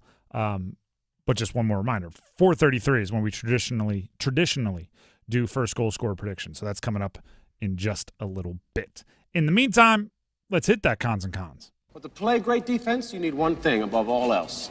That starts with a W. Confidence. Cons and cons. What are you most confident in? What are you most concerned about? We throw different teams into the mix. We make the tough decision. Okay, you can only pick one. You can't say, what am I confident in with the Panthers? Well, I'm confident in Damian Lewis. I'm confident in Tedero McMillan. I'm confident in... No, you can't just list them. Got to pick one. Same with concerns. Can't be concerned about everything. Got to narrow it down. As always, when somebody says, hey, I've got good news and bad news, which do you want first? You always take the bad news first. So we'll start with concern. Dennis, why don't you go ahead and lead off? What are you concerned about for the Carolina Panthers? My biggest concern with this team is the lack of consistency overall from week to week. In the sense of, you look at 4 of their 5 wins this season have all been one possession grinded out type games. It's good to know that you can win that. The Falcons game is a bit of an outlier. Very much so. Very much as an outlier. So you've won a bunch of close one possession games, which I said, it's good that you can win those kinds of games. But your losses, you got blown out. You get blown out losses. I know you made things a little interesting against the Arizona Cardinals, but let's be honest, that game really wasn't competitive. The Jacksonville game wasn't competitive. The Bills were competitive. Patriots were competitive. I'm going to meld a few conversations I've had this week. I think I can explain that. And the reason being, the Panthers are not built to come from behind. If they get behind a little, it'll be a lot quick, right? Unless you're playing the Dolphins. That's more, I think, to do with the Dolphins than anything else. They aren't built to come back. So if you're going to lose it, they're not going to lose games by 7. Because if they get down by 7, it might as well be 30. It happens quick. The opposite side is true, though, as well, right? I think the reason why they've had so much success in close games, the reason why they've had so much success, as long as it's close at the end of, like a quarter and a half, if it's like halfway through the second quarter and it's close, it's like, all right, what they're doing is working, they'll be fine because it is repeatable if it's working. So it's a consistency thing, but it's also just, can you not stay behind? Now, here's what I mean when I say, or can you not get behind? When I say I'm going to meld conversations. I was talking with Mike Lennon, NC State quarterback. We host Pack Therapy, the podcast. And on that podcast, we were talking about NC State winning a shootout against Georgia Tech. And one of the things he brought up was Dave Doeren and NC State won the toss and wanted the ball. And what that allowed them to do was go score first. Because then if Georgia Tech scores on their first drive like they did, tie ball game, right? And if you're a team that doesn't play well from behind, and Mike's insinuation was State doesn't because they don't have the best defense in the league right now. But if your offense could always stay one step ahead, you can win that shootout. I think the same might be true for the Panthers, right? As long as they can avoid, and the Saints aren't very good, but against a good team, right? Against the Bills, against the Packers, as long as they can avoid falling behind by more than 3 or 4 points, I think they're fine. But it's when they get behind by 10 against a good team that I think it'll be like, wow, when they're bad, they're really bad. But in actuality, it's like it's more situational than quality. My concern. Ready?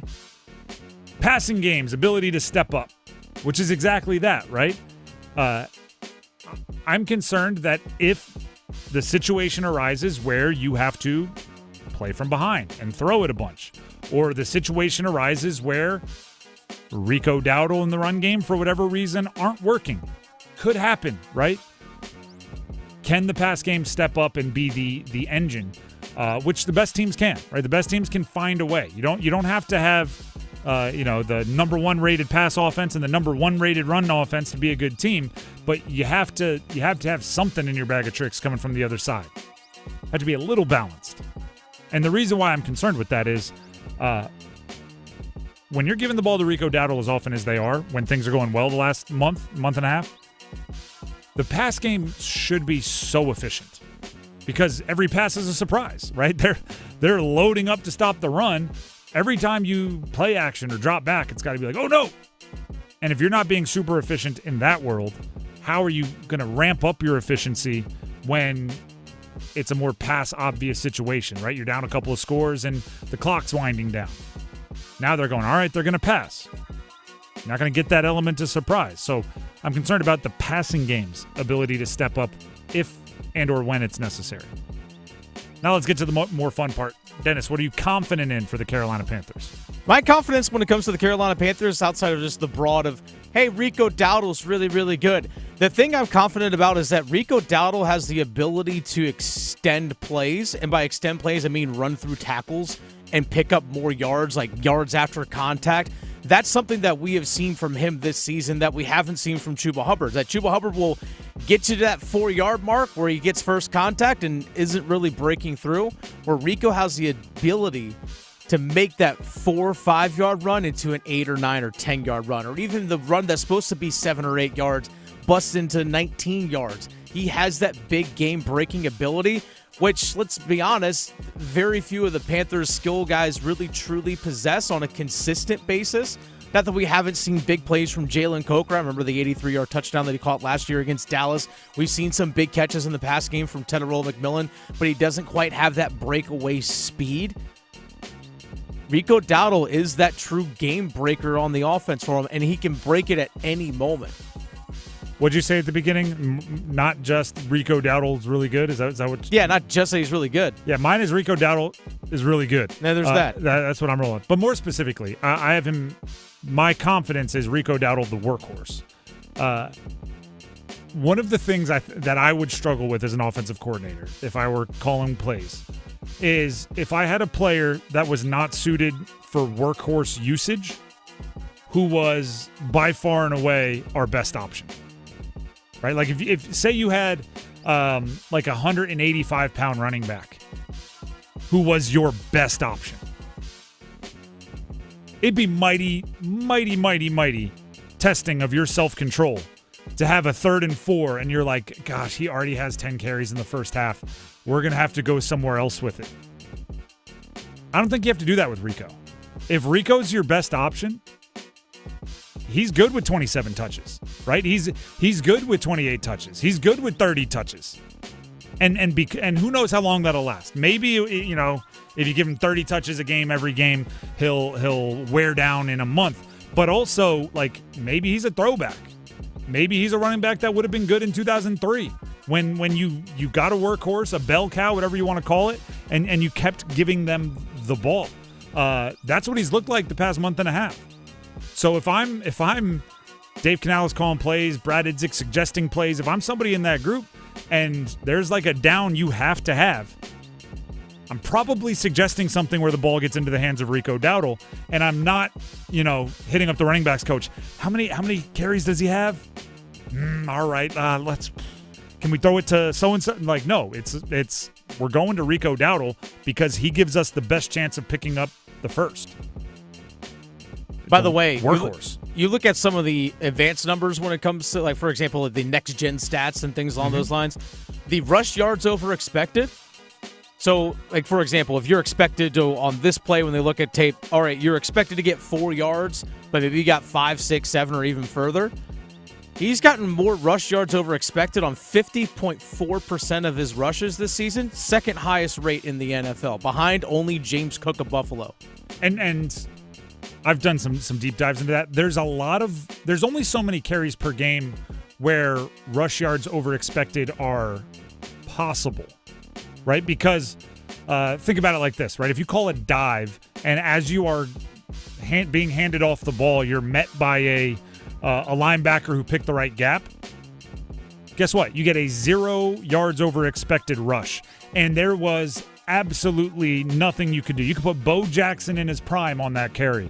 There was no yards over expected to be had. Mm-hmm. So to be, what do you say, 50-something%? 50.4. Second highest in the league. To be over 50% in gaining yards over expected is unreal because it's probably like 70 or 80% of your carries that have any percentage chance at all of getting yards over expected because you have to build in a handful, right? You just tip your cap to the defensive coordinator and say, good call, you got us. Our running back had no chance. Then also you look at just on a per attempt basis, again, rush yards over expected. He's averaging 1.3 more yards per rush than expected. That's the second highest attempt in the NFL as well. I mean, he's literally is producing at the top of the league. I do want to take a minute here to say, also shout out to the offensive line. Mad kudos to them. With all the musical chairs up front, it's one of those things where Rico Dowdle, and this is how football is designed, right? Rico Dowdle is playing one of the glorified positions that gets to have the ball in their hands. And as an offensive lineman, you're aware you're never going to get the due. I don't know what the percentage is. Rico Dowdle definitely deserves his credit, whatever 50, 60% of his hype and spotlight he has earned. 40% of it probably comes from the offensive line. If you want to have some real, I always I try to look for ways to watch the game without just watching the ball, without just following the ball like my dog when I'm playing fetch and I have the tennis ball and I can move it over here and he goes there and I can move it over there and he goes there. Just pick Damian Lewis on a play.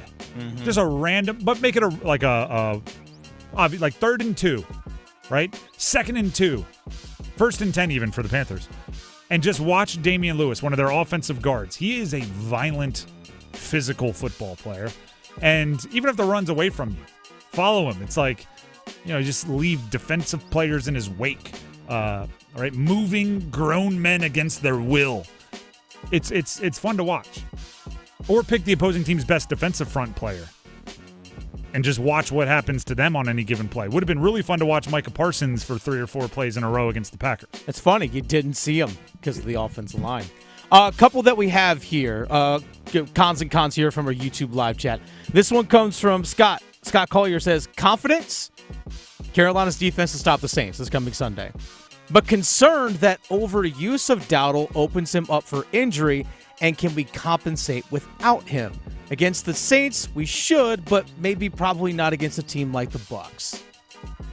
Because he dealt with the quad injury and played through it this past Sunday.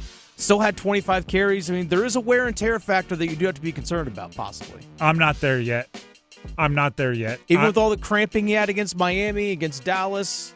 Not there yet. Okay. If it happens, it happens, and you got to trust your depth. But if he gives you the best chance to win, it's win this week, figure out next week for the At least that's the way I look at the Carolina Panthers right now. I don't think they've gotten to the luxurious point of, we can try to arrest them now and then, that way we have them down the line for the games that are really important. You might do that so much that the games down the line aren't important at all, right? Oh, we're going to rest Rico. We're not going to use him as much. Oh, look at that. You dropped one to the Saints. And then who cares what happens with the Bucs down the stretch because you lost to the Saints and you lost to the Falcons. And right, I think it's win this week, figure out next week. If we want best case scenario, it would be nice if Carolina won comfortably. I'm talking like, hey, you're up 17 early in the third quarter. Hey, we can turn and hand the ball to Chuba Hubbard a bunch of times in the second half, and Rico can rest. Like, that'd be ideal. That'd be wonderful. Or I would love it if Chuba demands it. Like, if right now it's Rico's backfield. Yeah. And Chuba spells him when he needs a breather, right? When he has a long run, when he's been in there for 7 straight plays, whatever it is, Chuba comes in. I want Chuba to run for 12 yards and then go, all right, well, let's see if he can do it again and run for 7. All right, let's see if he can do it again, run for 19. Like, if I want that to happen, and then you're not taking out Rico because, well, we need to save Rico. No, then you're playing a player who's on a heater. So I agree that at best case scenario, if we could draw it up in a lab, Rico's not going to end with 30 touches.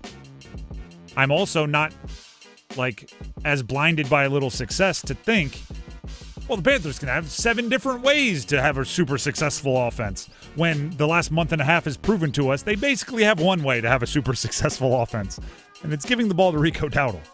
So I hope you're right. I just don't want to go in with that being the plan. That's Cons and Cons. Again, you can send those in on our YouTube live stream. You can send them to me on Twitter at Donnelly Sports. Smoke message, carrier pigeon, as long as it gets to us. We'd like to hear from you. Snail mail? Sure. The Drive with Tim Donnelly, 99.9 The Fan. That is Cons and Cons. It is now time for first goal scorer predictions. Who will score the first goal for the Carolina Hurricanes tonight as they host the Minnesota Wild at the Lenovo Center? Call in now, 919-860-5326. That's 919-860-5326 with who will score the first goal for the Canes and in what period they will score it. The phone number, once again, 919-860-5326. That is. I will give you the locked-in predictions for our 99.9 The Fan personalities here before while Dennis lines up those callers on the line. Paul Ihander, host of Next Up, every weekday morning from 9 to 10. He has Andrei Svechnikov in the first on a power play. Max Gorin, Paul's producer on Next Up, has Sebastian Aho in the first. Ready for this? On a power play. Adam Gold, the host of the Adam Gold Show, immediately before this one on 99.9 The Fan, has Alexander Nikishin in the first. You ready? On a power play. Victoria, the producer of the Adam Gold Show, has Sebastian Aho in the first. She didn't say on a power play, but she didn't say not on a power play. She said within the first 10 minutes of the game. So in the first half of the first period, Aho gets the scoring going according to Victoria. Let's go to the call-in line. Brian in Holly Springs, you are up first. Who scores the first goal for the Canes and in what period? Okay, I've got Nikishin in the first period. It's going to be 5-on-5, and he's going to hit this from the Ovechkin area. Okay, from Ovechkin's office, if you will. 5-on-5? Yeah. All right, you are locked in, it. Brian. Appreciate it. By the way, Ovechkin had his 900th goal last night. That's just absurd. That's you don't have to like him to go 900 is a boatload. I did look it up. How many shots on goal, you think? Last night? No. Oh, and just in his career? Yeah. For 900 goals, if he shoots around 12%, probably like 8,000 shots? I don't think it was that much. I appreciate you pulling some math into it. 6,894. Oh, that's it? 6,894 shots on goal for 900 goals. He has well over 600 more shots on goal than anyone else in NHL history. You said 6,894? 6,894. 6,894 shots on goal according to Hockey Reference. 13%. I said roughly around 12%, but 13%. I was pretty close. For contrast, somebody like Jerome McGinley scored a bunch of goals, played forever. 4,759. Ovechkin, he cut some loose, which I appreciate. Don't have to like the player to like the statistic. Or you don't have to root for the player to like the statistic. Next up on the call-in line, waiting patiently as I get back to that part of our notes, David in Raleigh is up next. David, welcome to the show. Who scores the first goal for the Canes and in what period? Thanks, Tim. We are going with what is now considered a streak. We're going with Ehlers in the first. All right. Any other details you'd like to add? Yes, it's going to be on a power play. We're going to attack this Minnesota Wild weak penalty kill. All right. Love it, David. Appreciate it. And just so you know, if you have a time machine, you should go back and make that prediction for last game. Yeah. Because it would have worked. By the way, I think David was about to say something else after week regarding describing the Minnesota Wild penalty kill, which he wouldn't have been wrong. We appreciate the self-edit. He wouldn't have been wrong. That's funny. Tim in Franklinton, you're up next. You have a great first name, and you are next up for first goal scorer. Who scores the first goal and in what period? Hey, Tim, I'm going to go with the captain tonight because this is game 9-10, and when we had Eric Stahl night last January, he had a hat trick. Mm-hmm. Let's do it again. Let's do it with the captain. Martin Nook from behind the net to Stahl, first period. All right. You are locked in, and it is a factual stat that you brought up there. Jordan Stahl today, 910th Carolina Hurricanes game. That passes Eric Stahl for most in a Carolina Hurricanes sweater, obviously since relocation. That's a ton. Like, for real, props to that guy. That's a ton. And I saw this mentioned a lot. He could have left when Eric did, right? Like, it kind of like, oh, my brother's not here. It's not as cool. 910 games. That's a commitment to the team, the community, the franchise, what was being built. He was here for some dark years. Obviously been here for some pretty good ones as well, but credit to Stahl. And if he is, caller is again right. On Eric Stahl night, Jordan Stahl did have the Hattie. So, and he have 2 goals in the first 4 minutes a couple weeks ago, one in the first 12 seconds. So when Jordan Stahl gets going, he can score him in a bundle. Doesn't happen as often maybe as it used to, but still could. First from Martinook was the pick there. Dennis, we haven't heard from you. Who's your first goal scorer prediction? I've been torn on thinking about this one because I like the idea of the captain in this one getting a goal first. I like the idea of it coming back home. You never know. Ehlers might be on a little bit of a, maybe that's all he needed. Love it. Just to break the seal. Give me the guy that's coming back, Keandre Miller. Give me Keandre Miller back in the lineup tonight, so we think. But Keandre Miller back in the lineup, first period, just off a rush, just jumps up in the play, gets a trail pass from Jackson Blake, buries one. First period, Keandre Miller. All right. You're close. You're close to what it's going to be. It's not quite Keandre Miller scoring the goal. He does get an assist. Okay. To his defensive pairing, Jalen Chatfield. I like it. Jalen Chatfield in the first. Keandre Miller, everyone thinks he's going to shoot. It's his first game back. Oh, but no, sets up his buddy, his defensive pairing partner, Jalen Chatfield, who scores. And as Chatfields often are, it's from distance, right? A little bit of a hammer, if you will. Looking at the predictions online, which you can continue to send them to me on Twitter, at Donnelly Sports. I have a tweet out there requesting first goal scorer predictions. And as always, you all come through with a whole bunch of them. We have Jackson Blake in the first, 2 separate Kokaniemi predictions. Maybe it's a KK night. There's Ehlers in the first, Jarvie on a 2-on-1 in the first, Aho. There's a little bit of like, all right, it's time for Aho to start scoring vibe to the first goal scorer predictions, which I appreciate. I like the unusual ones. What about Thomas on Twitter saying Nystrom in the first from the point? Okay, I like it. Let the rookie get one. Jarvie, there's a lot of Jarvis, which makes sense. Stankoven, there's a lot of Stankoven, which makes sense. Svetch in the first from Aho and Miller. Not bad. Yeah, we have Stankoven in the first. There's our YouTube live chat. Utes says Stankoven in the first. Clinton says, let's actually get Jordan Martinook in the first period. Willis says Aho in the first on a power play. We also have Tofu to Goat says Jackson Blake in the first period.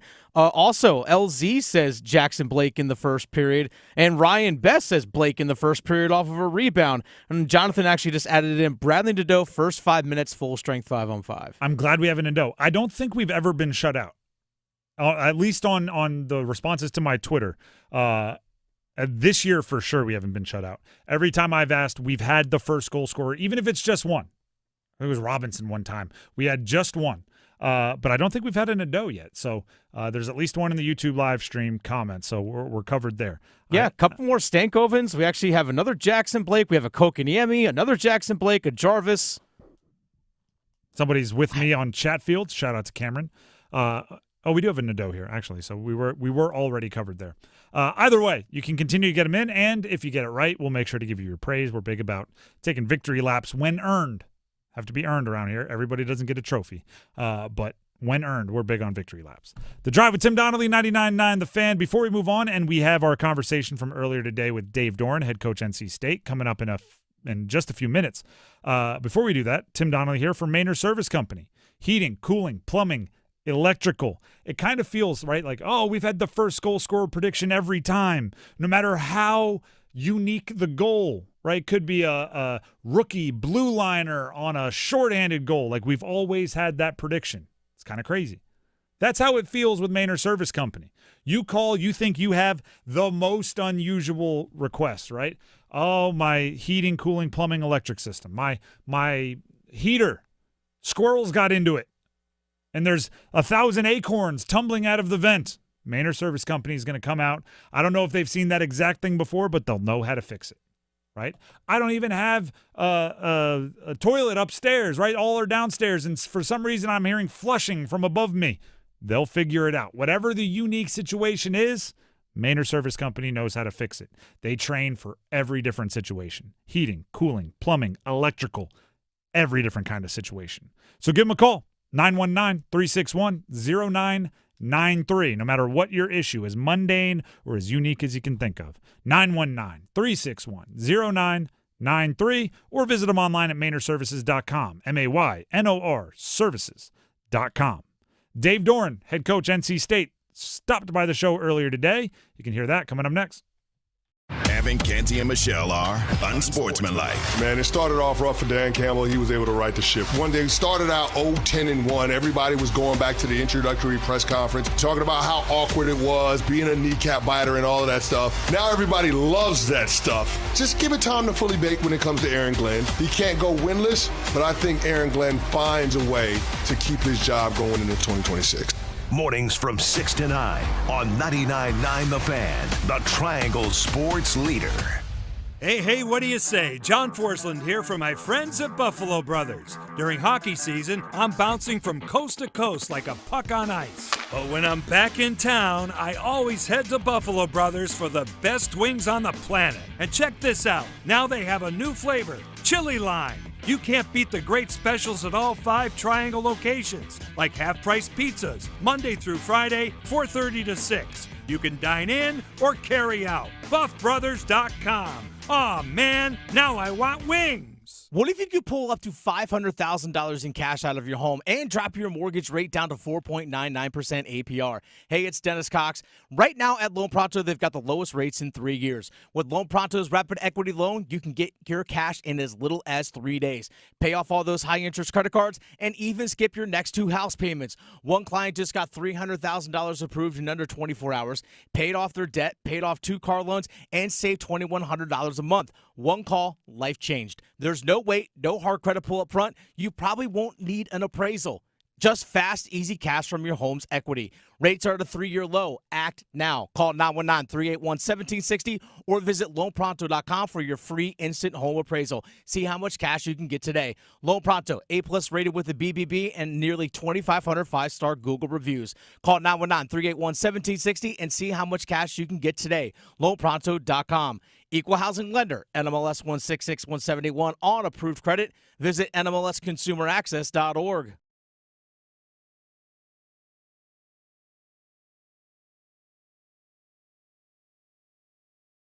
Joining us on the Heister Automotive Group hotline is the architect of that win for NC State. Their head coach, Dave Doeren, joins us here, 5-4 NC State, coming off that win over Georgia Tech, heading into a bye. Coach, we appreciate the time. Thank you for jumping on the phone with us. We'll start with $50,000 well spent on the fine for field storming. Is that how we're looking at the expense? Yeah, not batting an eye after that celebration. It was a lot of fun, and proud of the guys and staff and our fan base. It was a terrific night. We're talking with Dave Doeren, NC State head football coach. Right at the top of the show, your team played well. Obviously, you get a win like that, you want to praise everybody, but your quarterback, C.J. Bailey, heck of a game versus Georgia Tech.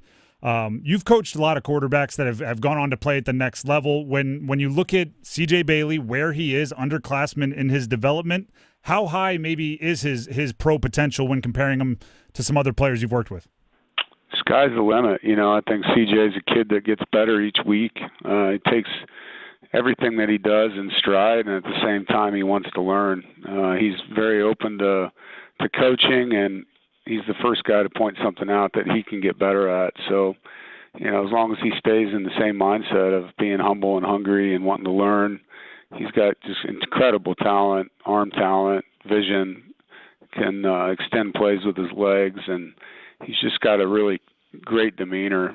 Kids love playing for him, and the coaches around him. He just brings a spirit that makes it fun to work every day. It's interesting. You kind of worded it that way at the end, right? Fun to come work with, all those things. Last week, before the Georgia Tech game, you were quoted on your radio show saying that you hated coaching last year's team, and this year's team is a different vibe, and you named some of those things that you just mentioned about CJ, about the roster. Why say those things publicly? Why come out with that about how you felt about coaching last year's team?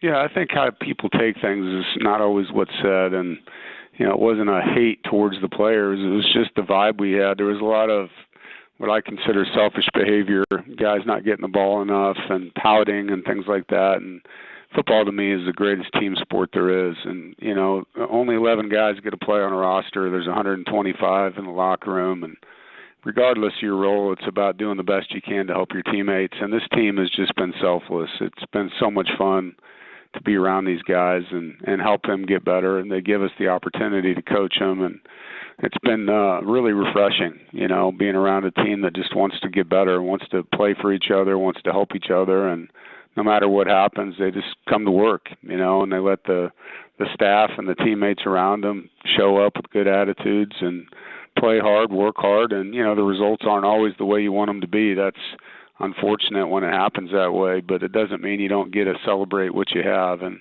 these guys have been a lot of fun to work with.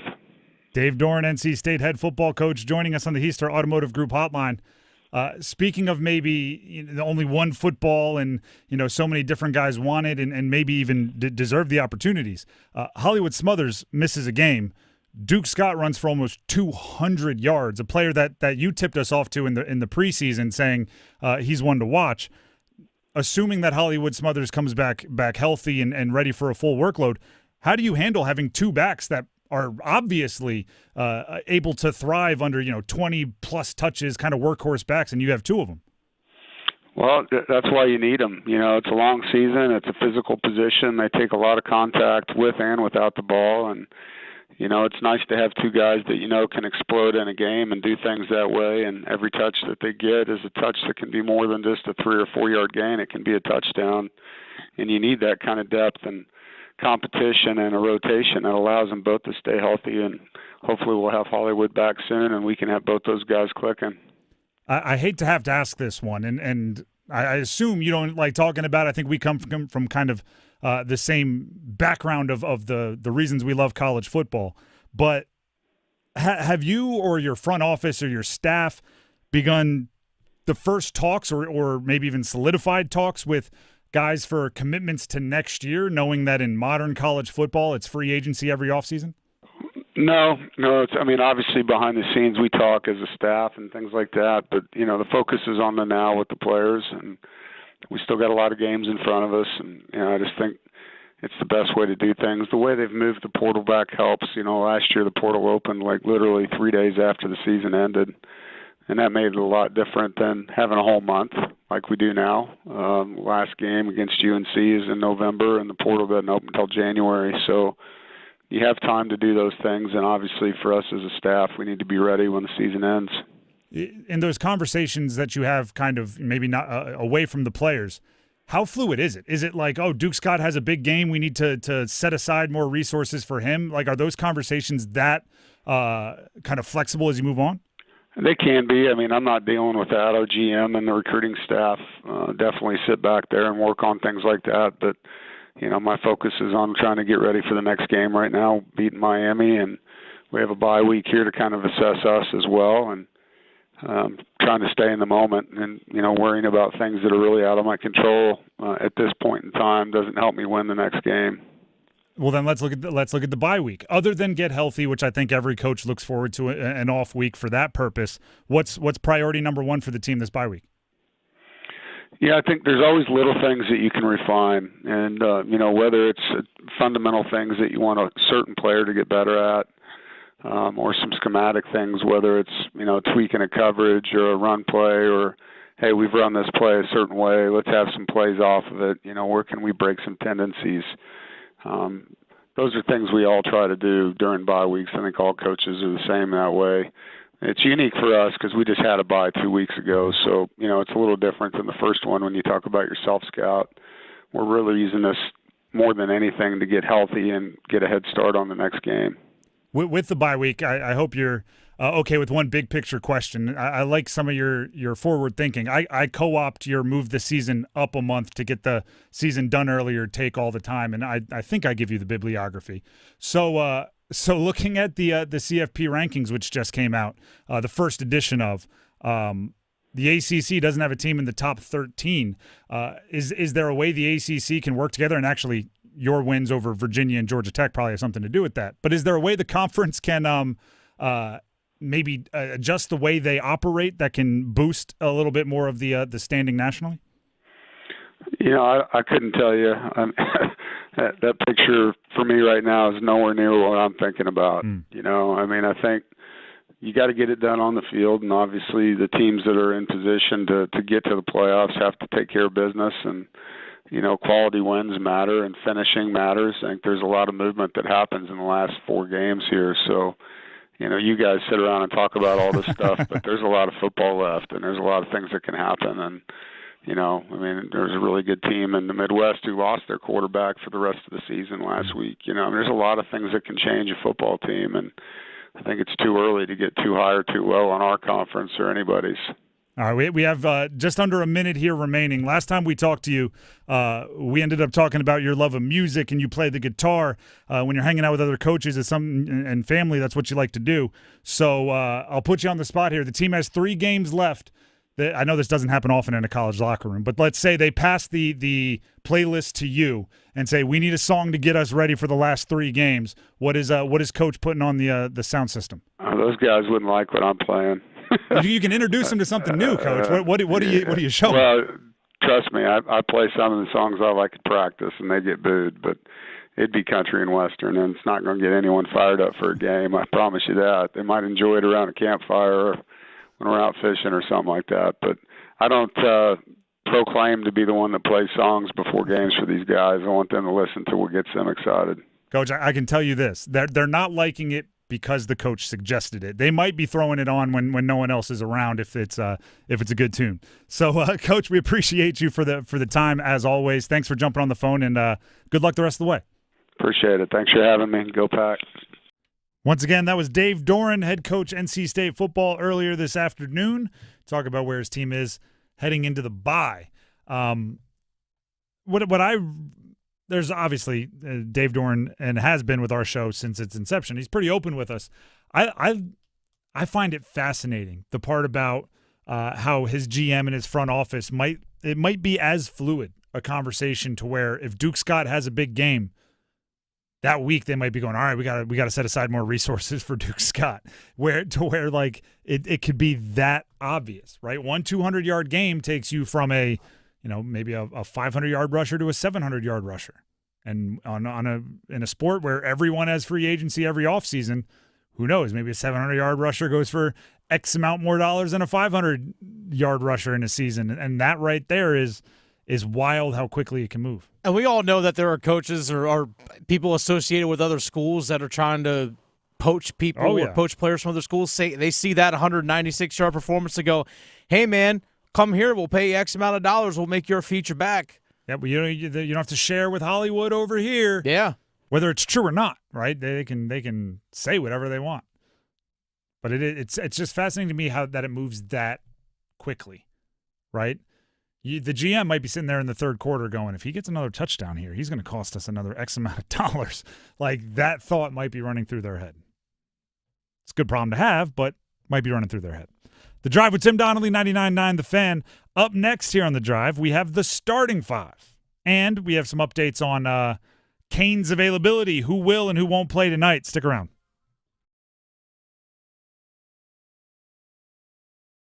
Move your sports day forward. All right, just say it once.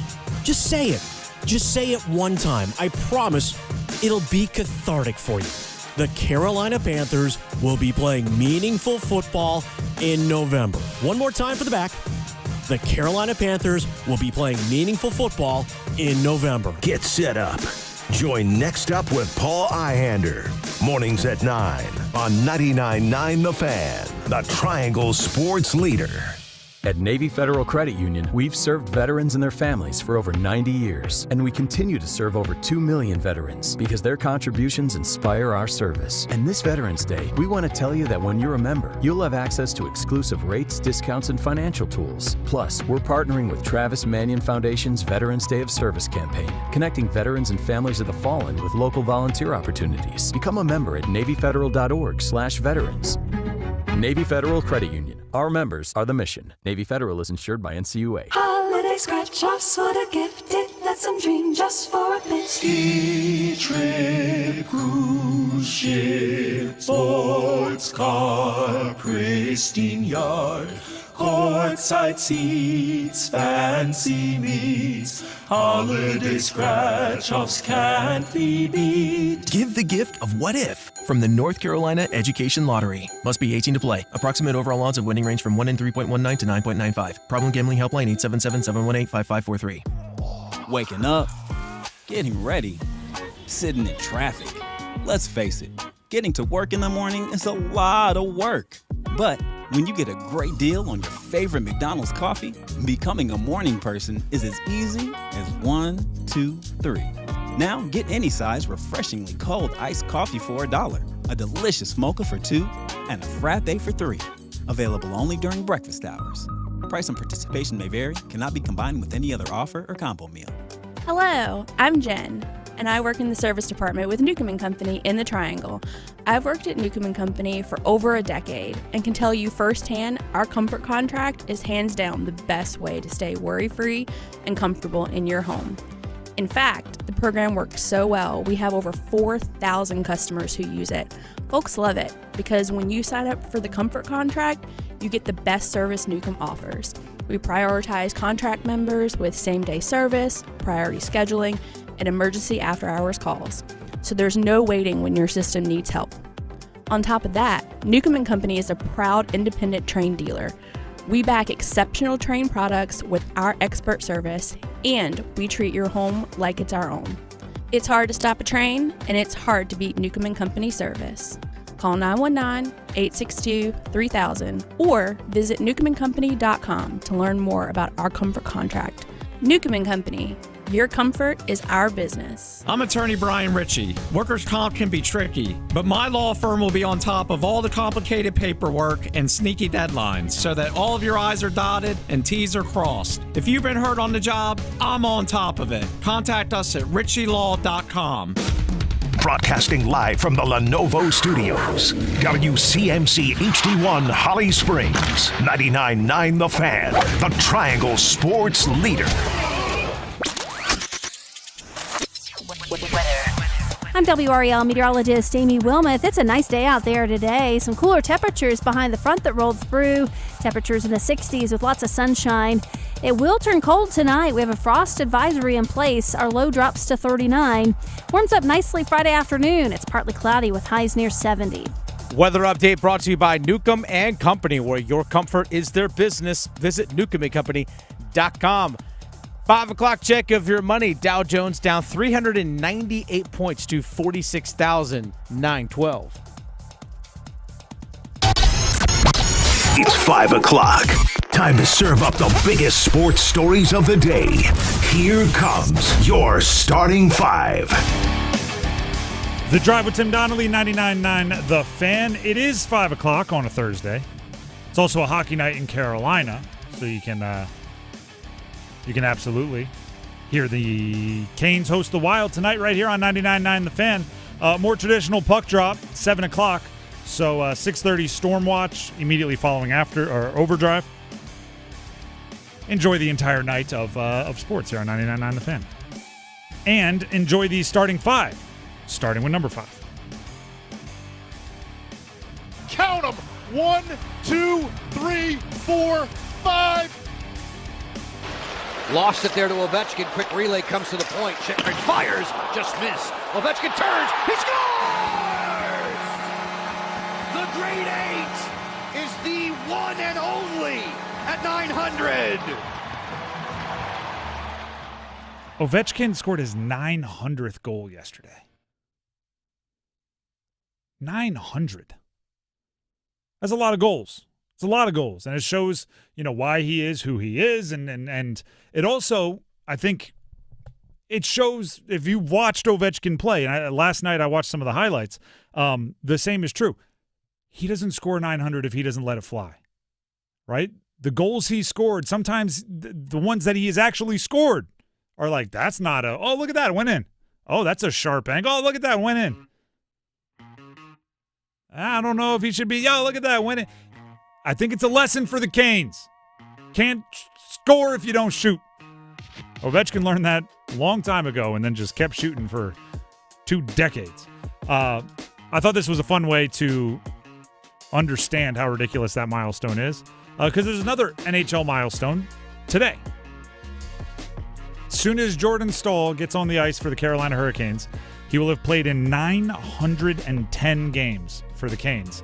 That will pass his brother Eric Staal for most in a Cane sweater, most since relocation. That's pretty darn cool. Jordan Staal, Sebastian Aho, eventually some of the younger guys, if they stick around their whole career, they're going to own most of the top of the leaderboard for Canes records. But 910 games for Jordan Staal shows a mutual commitment between he and the franchise, that they've both stayed loyal for a very, very long time.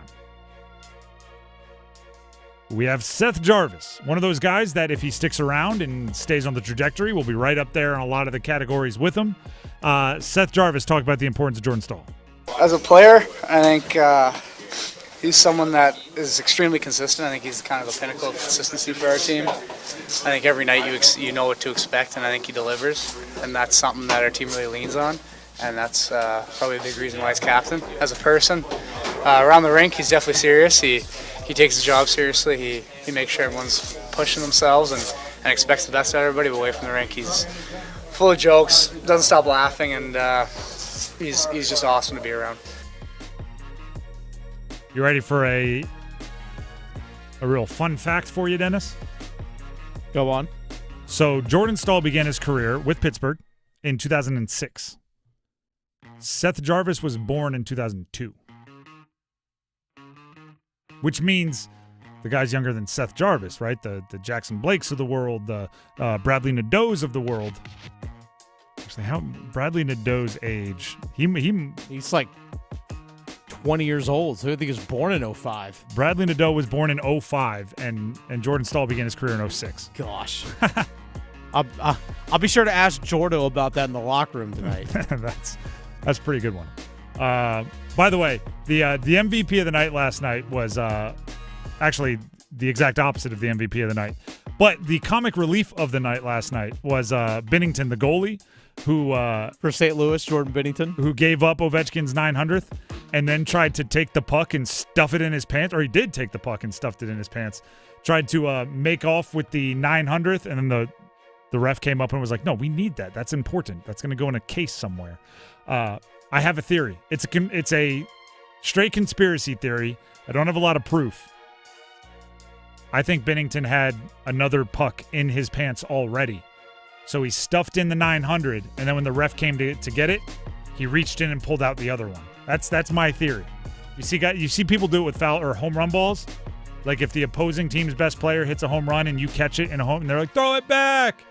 You see their hands disappear for a second, then they throw it back. I think that's the old switcheroo. I think there might have been a switcheroo. No proof, just vibes. Because Bennington wasn't hiding any of it. He did it out in the open. It was like, well, you thought that was going to work. I don't know. That's number 5. Let's get to number 4. 4 altogether.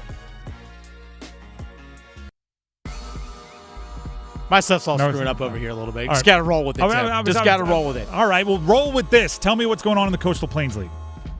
So the Coastal Plain League, it's a summer wooden bat league featuring college players from a mix of different players all across the region and the country, which people would know the Holly Springs Salamanders, the Greensboro Garden Gnomes. There's a bunch of Morehead City Marlins. There's a bunch of these leagues, or a bunch of these teams all across the state of North Carolina and down into South Carolina and some other areas.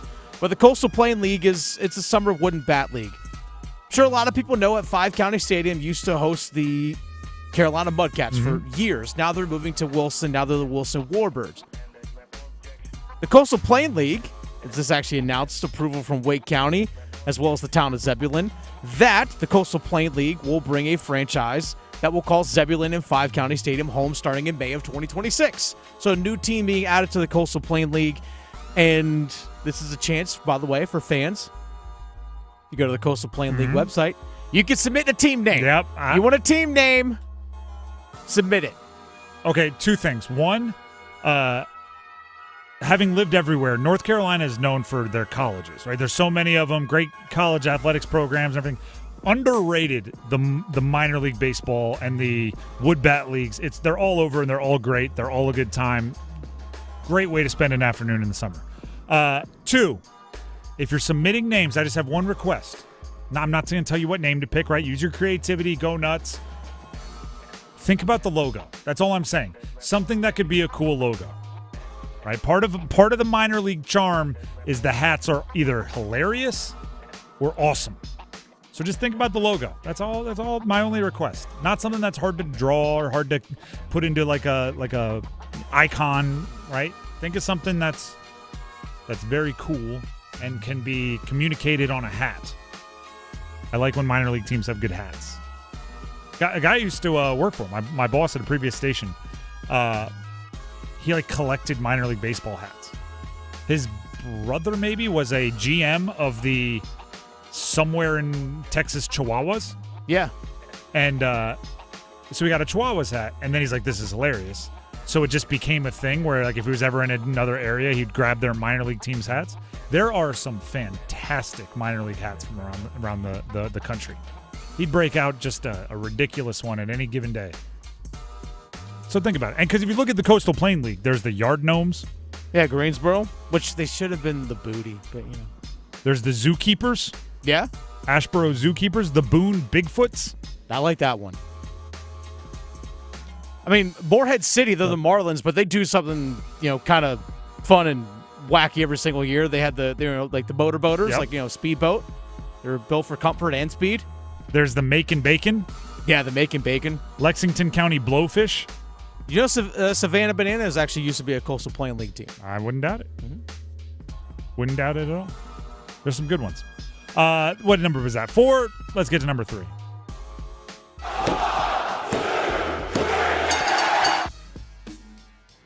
UNC men's basketball will be hosting tomorrow Kansas. This is a top 25 matchup in UNC's second game of the year. They're bringing Kansas to town. Kansas is 19th in the country. UNC is 25th in the country. You want to know how crazy these two teams are as far as expectations? 19 and 20 sounds pretty low for them. So you know what? If you got Kansas and UNC together most years, I feel like it's going to be top 10, top 15 at least. Yeah, 19-20 as opposed to 9 and 10. Yeah, 19-20 is like, ooh, down year? Maybe not. They got to prove it. But either way, somebody's walking away with a top 25 win tomorrow. I really respect these Kansas. They're like the only Big 12 team I'm all in on because they're willing to come to the Triangle like 3-4 times a year. I feel like they play the gauntlet of ACC teams as often as they can. I think it sets them all up to be more battle-tested in the postseason. I don't think it's surprising that Bill Self, Hubert Davis, other coaches that are really good are scheduling aggressive non-conference schedules. Having said that, I saw some comments today from Hubert Davis. I'm getting a quiet confidence vibe from UNC this year, where they think they know something about how good they are that the rest of us haven't realized yet. Hubert was asked about the size going into their game against Kansas, and he basically just kind of smiled and was like, we've got some size too. Right? Which is so different than last year when oftentimes they were trying to play pretty big. Right? Actually, I'll use this Brendan Marks tweet just to cite it. Somebody covers college basketball for The Athletic. Hubert Davis was asked about Kansas's size and how he wants to defend it. He grins at the question. We've got some pretty good size too. Luka Bogovac was able to play in their opener and played pretty well in their opener after his eligibility or his being cleared by the school was up in the air until the 11th hour. I think that's another player where everybody at UNC is like, we've seen this guy in practice. You all are still waiting to figure out what he's been doing and how good he is. Caleb Wilson, somehow, I've been ranting and raving about this one for weeks now, somehow is flying under the radar as a 5-star, 6'10", 6'11" athlete. Kansas might be a good measuring stick is what I'm saying. To see if their little quiet, grinning confidence, their speak softly and carry a big stick, shout out Teddy Roosevelt, if that vibe is warranted or not, I think Kansas will be a good measure for that. Not to mention, I'm pretty sure, let me make sure I have this right. I'm pretty sure Kansas has one of the few other star freshmen. Let me just double check. Darren Peterson. Yes, they do. Darren Peterson is one of the few that is in the mix with Dibansa at BYU, Cameron Boozer at Duke. I think Caleb Wilson should be in those conversations. Darren Peterson, a 6'6" freshman guard. These are the guys that are in the mix for, best future NBA, top picks, lottery picks. That's what's going on there. So Darren Peterson's going to show up looking to make a statement in his season early as well. UNC is going to have to thwart that. But still, that's prime time, premier college basketball on a Friday, November 7th. So I want to make sure we give it a little bit of love today, because obviously tomorrow we'll be talking about all the college basketball and football over the weekend, NFL over the weekend, Canes over the weekend. There's a lot going on. So shout out to UNC and Kansas. That's number 3. Let's get to number 2. Just the two of us. All right, Dennis, what's the practice report from earlier today for the Carolina Panthers? So we know yesterday that Rico Dowdle did not practice because of the quad injury, kind of something lingering from the game against Green Bay. He was a limited participant in practice, but a participant in practice nonetheless, which is obviously a good sign for the Carolina Panthers. So he's on track, it looks like, to still play on Sunday. Dave Canales said yesterday, we're just, you know what? Let's take care of him during the week so he's good to go on Sunday. Princely Umamielen, who did not play last week, as well as Cade Mays. Princely Umamielen, the outside linebacker, Cade Mays, the starting center. Both full participants in practice yesterday and today. They both missed Sunday's game against Green Bay, so that's a good sign as well. A couple names that did pop up on the injury report today. Bryce Tremaine did not practice, listed with a hip injury. And Derek Brown was a limited participant in practice today. First time it popped up, it's listed as an elbow injury, but apparently Derek Brown in the locker room did say after practice today that he's all good to go. So a few reactions here. One, the Tremaine one is weird. I wonder if something just happened in practice or maybe during like a lift or something.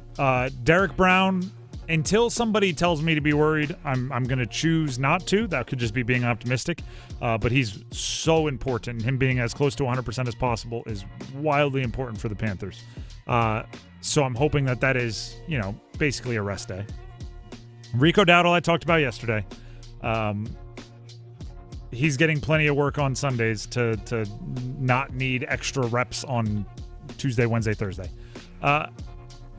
here's what's going to start happening, though. What are we, 9-10 weeks into the season?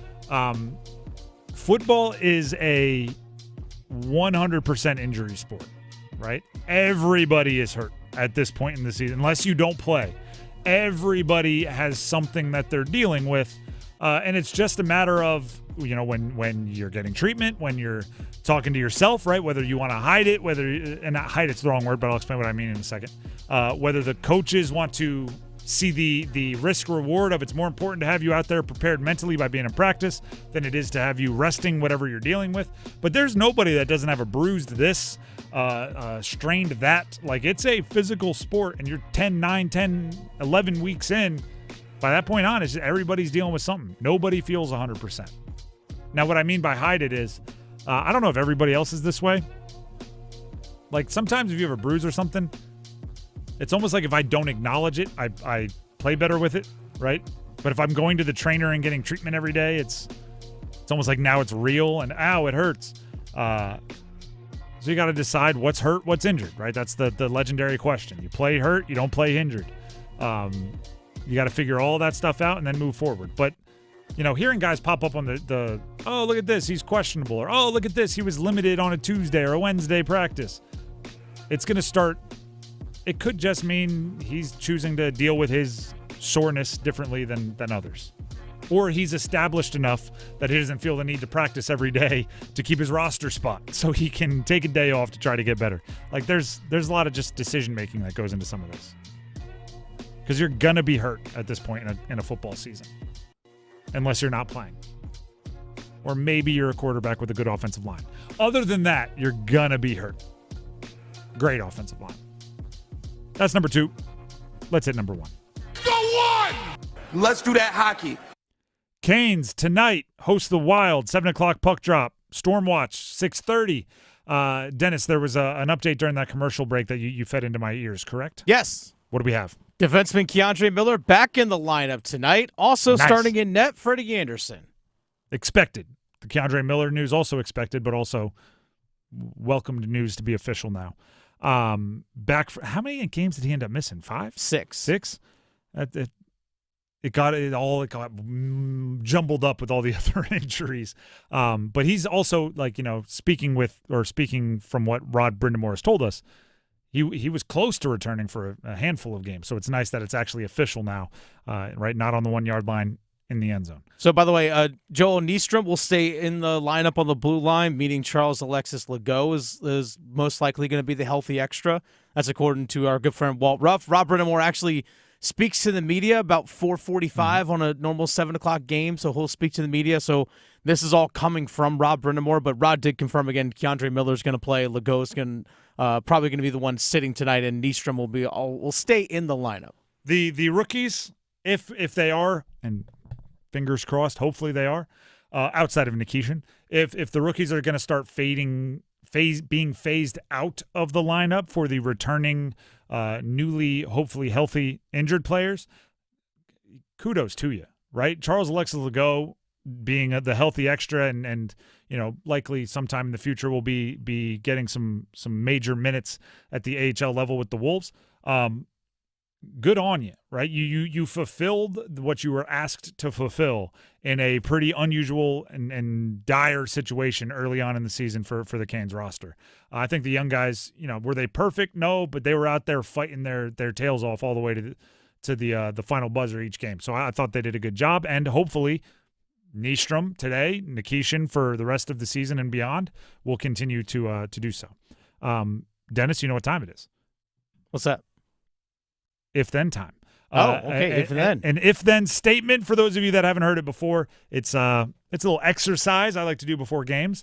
If blank happens, then the Canes will win the game.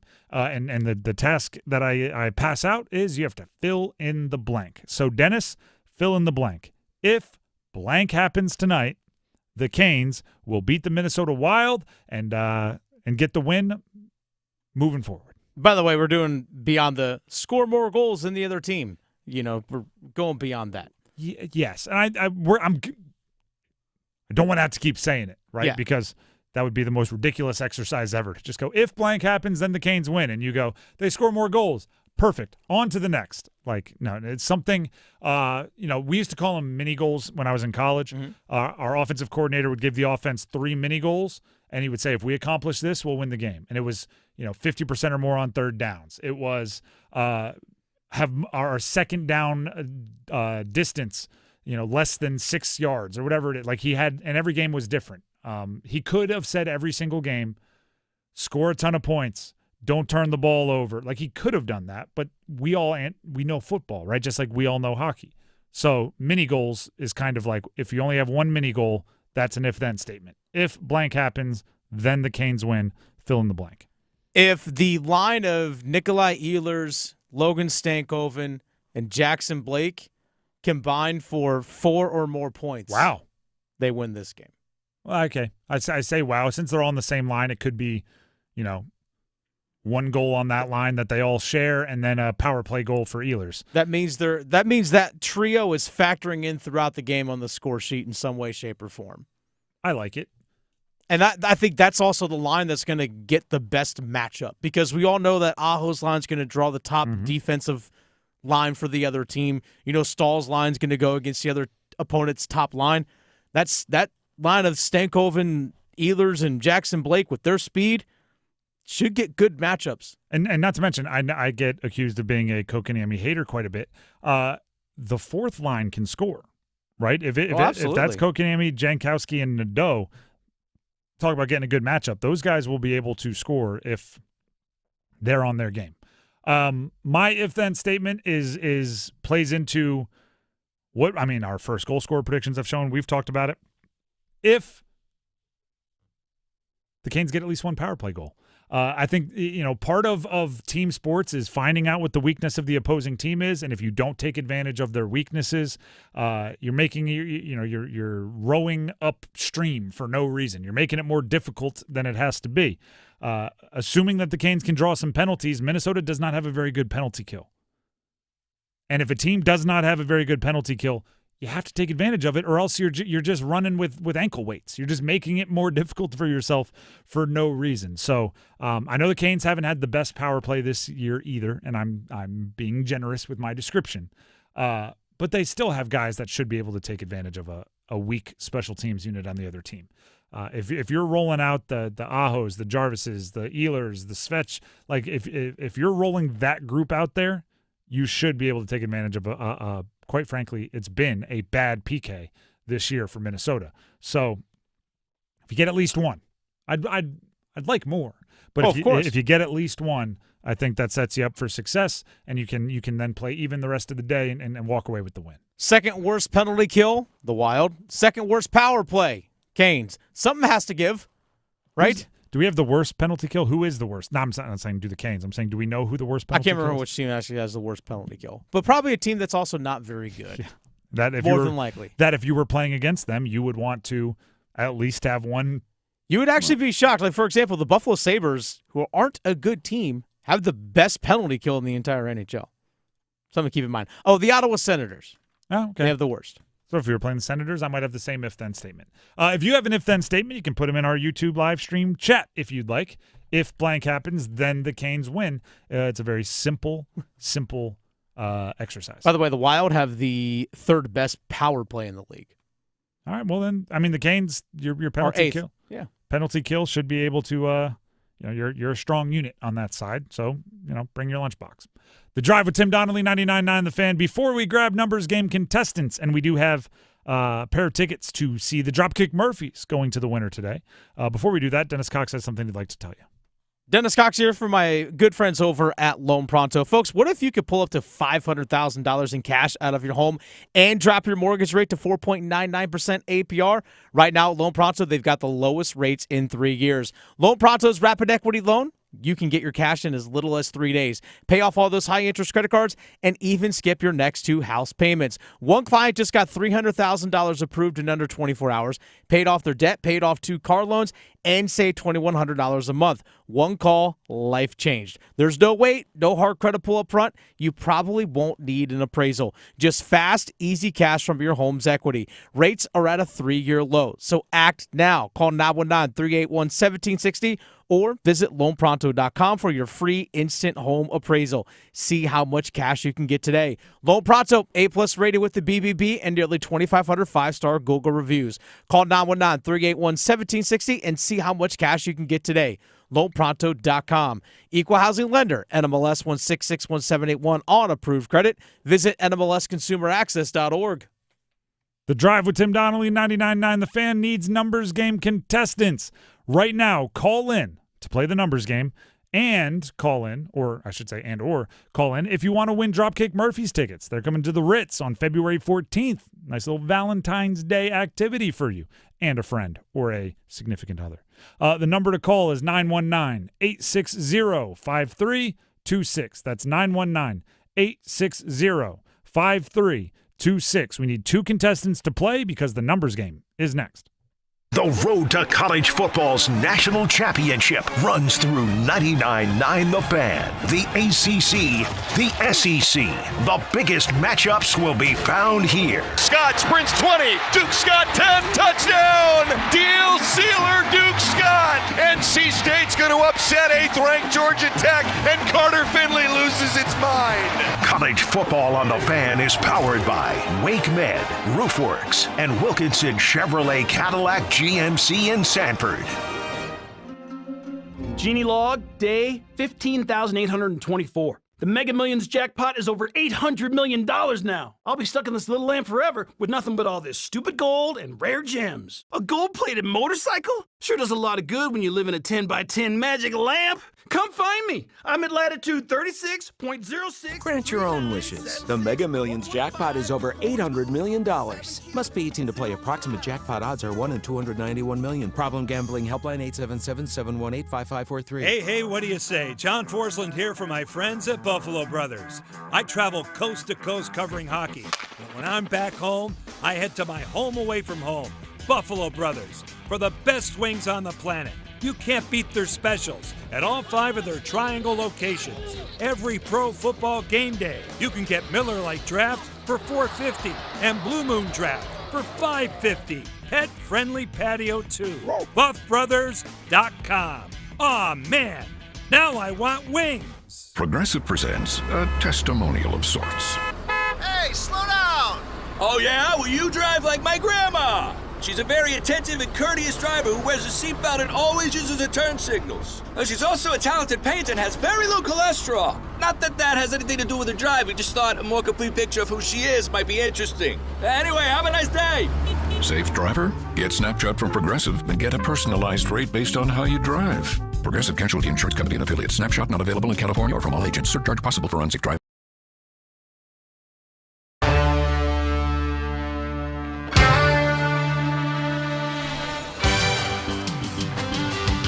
The Drive with Tim Donnelly, 99.9 The Fan. It is time to play the numbers game. As always, we'll bring both our contestants onto the show, ask them the same question. They will then have to deal with our judge, Dennis Cox, picking his favorite answer, and that person will get to go first. The prize for today, tickets to see the Dropkick Murphys. The contestants, Jerry in Bunn and Manny in Siler City. Let's get started with Jerry. Jerry, can you hear me? Jerry, are you there? Jerry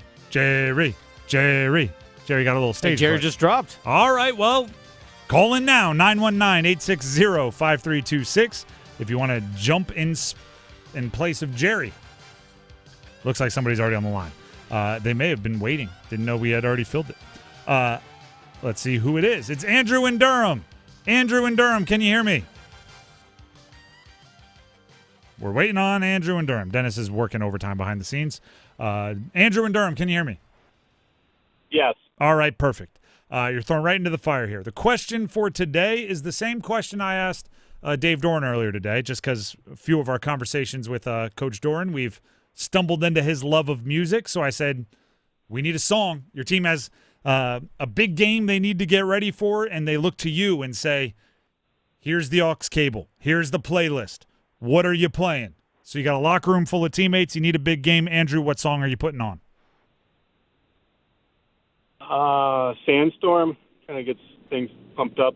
That's the da-na-na-na-na. That one? Da-na-na-na-na, da-na-na-na-na. All right, cool. Andrew, you are locked in with Sandstorm. We go to Manny. Manny, can you hear me? Yes, I can hear you. All right, we're going to ask the same question to you. You're part of a team. You're coaching a team.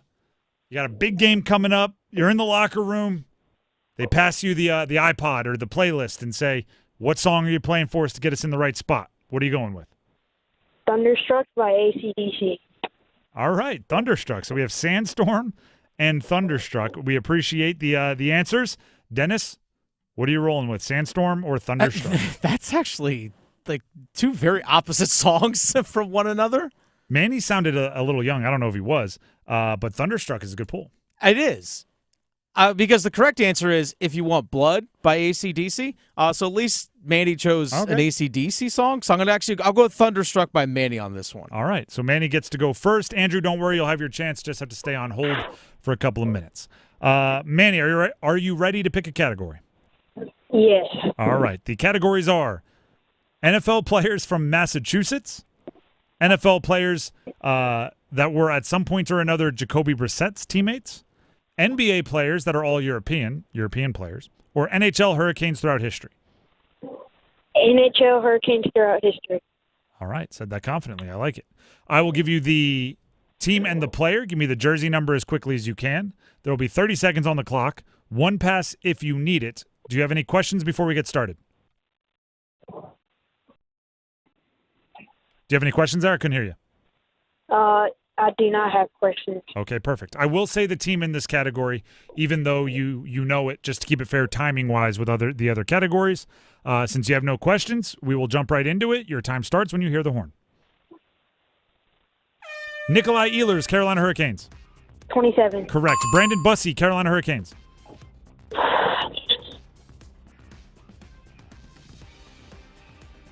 Um, 31. Say it again. 31. Incorrect. Dylan Coughlin, Carolina Hurricanes.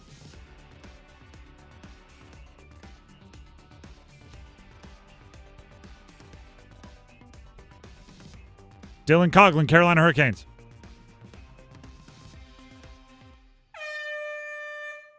Did we lose you, Manny? It sounds like we're still connected. You're just not. Did you? All right. Either way, you got one. You're the leader in the clubhouse. Stay on hold if you're there. We'll see if it holds up. Hopefully nothing happened to Manny there. Hopefully he's doing all right. Andrew in Durham, are you there? Yes. All right. The categories remaining for you to choose from are NFL players from Massachusetts, NFL players who were at one point or another Jacoby Brissett's teammates, or NBA All-European players. I'll take Jacoby Brissett teammates. All right. I will give you the team and the player. Give me the jersey number as quickly as you can. 30 seconds on the clock. One pass if you need it. Do you have any questions before we get started? No. All right. Your time. You need at least 2 for the win, and your time will start when you hear the horn. Marvin Harrison Jr., Arizona Cardinals. 14. Incorrect. Myles Garrett, Cleveland Browns. 92. Incorrect. Marvin Harrison Jr., Arizona Cardinals. 18. Correct. Mike Gesicki, Miami Dolphins. 83. Incorrect. Myles Garrett, Cleveland Browns. 95. Correct. Chris Hogan, New England Patriots. 17. Incorrect. Mike Gesicki, Miami Dolphins. 87. You were getting closer there. He's worn 86 and 88 for the Dolphins, so you picked 87. It would have been a brutal beat if you didn't already get 2 correct for the win. So congratulations, you're the winner. Thank you. Marvin Harrison Jr., 18. Myles Garrett, 95. Gesicki, as I said, 86 or 88. Chris Hogan, he's the lacrosse player, right, Dennis? Yeah, he played lacrosse at Penn State. And then he actually played pro lacrosse after his NFL career. Yeah, well, that went back to the NFL. Some guys are so talented. They just have all the skills. That's right. He's number 15, or was number 15 with the Patriots. Either way, Andrew is the winner, so congratulations. Stay on the line, and Dennis will grab the info he needs to make sure you get your prize. By the way, real quick note here. He mentioned we had Manny chose the Carolina Hurricanes. The first name that you mentioned there was Nikolai Ehlers. The Canes Corner radio show, Mike Maniscalco and the We crew. can say that now. Yes, we can All officially right. say that. Go and give the people the news. So Kane's Corner, which is coming up on Monday, correct? Yes, Monday at 7 o'clock. We'll feature Nikolai Ehlers. Live at the local. The right new there guy. Right by there by Lenovo. I promise we weren't waiting to have Kane's Corner until he scored a goal, but it just seems like it worked out nicely, right? We've known that for a couple days now. We haven't been able to say it publicly. And I'll tell you what, that is a difficult game to play when you just kind of talk constantly for hours on a show, to have a secret that you want to tell everybody because it's really exciting that you just can't actually pass along yet. But Nikolai Ehlers, 6-year contract, big free agent acquisition this offseason, one of, if not the biggest fish in the free agency pool this past offseason. He's a Carolina Hurricane. He's part of the core moving forward, and he will be the Canes Corner guest, the first Canes Corner guest of the year, Monday, 7 o'clock, which is always fun, right? It's more of a long-form interview. You get to know the player a little bit, which I think there's reasons to, like, you know, if you're a fan, you want to get to know them, right? If you're a fan, you want to have a feel for their personalities, right? It's why I think Seth Jarvis is such a fan favorite. It's why teams work to put out those Jumbotron videos or the social media videos where you get to see them. And when a new player comes to the team, I think a Canes Corner is a perfect example of a way that you can get to know them beyond their statistics and, you know, take the helmet off, so to speak, and chat with the players. So Nikolai Ehlers will be Canes Corner guest on Monday. So, yeah, like you mentioned, I'm pretty sure you did. I was talking to Andrew, getting his info. Yep. But you can obviously listen right here on the fan, on the app. You can actually watch it on our YouTube page as well, so you can stream it, watch it that way as well. Or, like I said, be there in person at the local. It's put on really cool. They do the whole thing. If you're a Canes fan, it's good to be amongst others, and Canes Corner is definitely a warm room in that respect. Yeah. I wouldn't walk in with, say, a Caps jersey. No, don't do that. That's what I'm saying. Like, Don't. It's one of those places where, you know. Don't do that. The cheers thing, they might not all your name, but y'all got something in common. The Drive with Tim Donnelly, 99.9 The Fan. Before we move on, Dennis Cox has something he'd like to tell you. I do. Dennis Cox here for my friends over at Raleigh Weight Loss Center. I know a lot of people have heard me say this multiple times over the last few weeks, and people are like, man, you're still talking about that weight loss? Yeah, because people actually still keep coming up to me and asking me about it. And people ask, how much weight have you lost now? 42 pounds.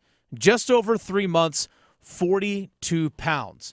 Thanks to the program at Raleigh Weight Loss Center. And obviously I see the difference on the scale, but I feel the difference in everyday life. I feel the difference when I ride my motorcycle around. It's just more comfortable sitting on my bike. For example, I played a hockey game yesterday, and having 42 less pounds when you're on the ice skating around makes a massive difference. My knees, my hips, my ankles aren't carrying as much weight. I just feel so much better just in my everyday active life, being able to move around without the extra weight on my body. And the thing that I know I appreciate about the Raleigh Weight Loss Center program is the fact that there's no injections, no shots, so none of the side effects or anything along those lines. It's just resetting and restarting your metabolism. That way your body can do the natural thing it can do, which is burn weight, burn fat, the thing that your body actually can do on its own. It's all about jump-starting it, not only keeping it, but maintaining that weight loss as well. If you have questions about the program, give them a call, 919-897-7506, or visit RaleighWeightLossCenter.com. Just give them a call. Set up a free 15-minute phone call. I will say it again, free 15-minute phone call. That way you can get all your questions answered. You can find out more about the program and see if it's the right thing for you. 919-897-7506 or visit RaleighWeightLossCenter.com.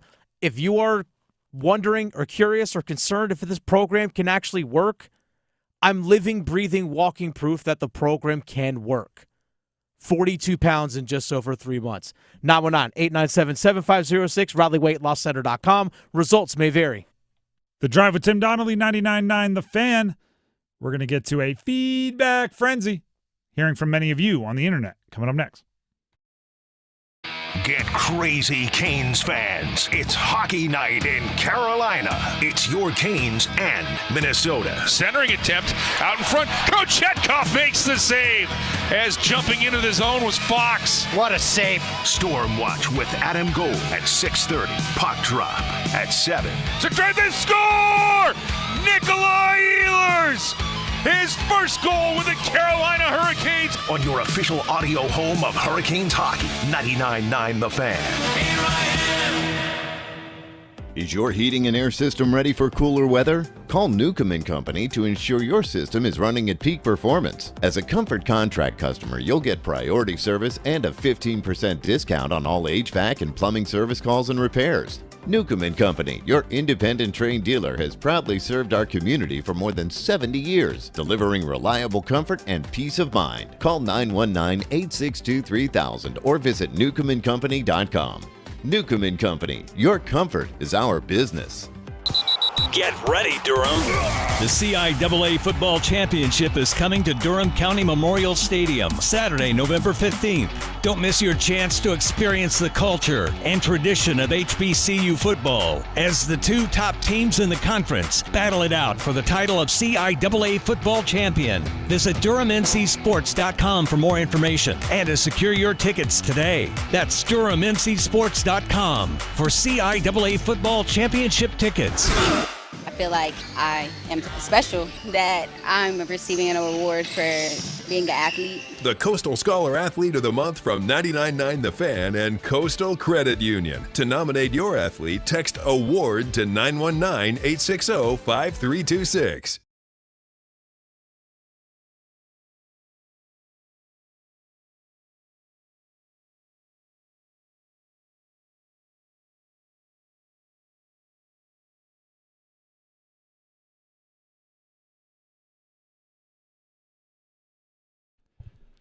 The Drive with Tim Donnelly here on 99.9 The Fan.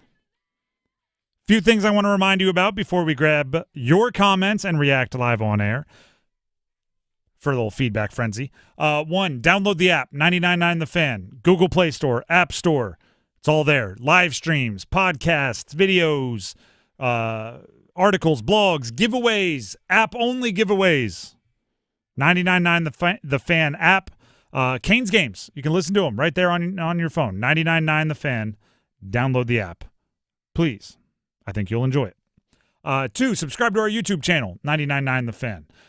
Go to YouTube, search 99.9 The Fan, subscribe, and you're good there. Right? We have over 20,000 subscribers. We just crossed over the threshold not long ago. I want more. I think it's a cool community we're building there, and I'd like for you to be a part of it. And thirdly, Canes game tonight, 7 o'clock puck drop, 6:30 Stormwatch for the pregame show with Adam Gold. It's right here on 99.9 and the app as I just described. So don't forget that. Enjoy it. It is a home game against the Minnesota Wild. Now, having said all of that, it's time to hear from all of you. Let's hear from some feedback online. Time for a feedback frenzy.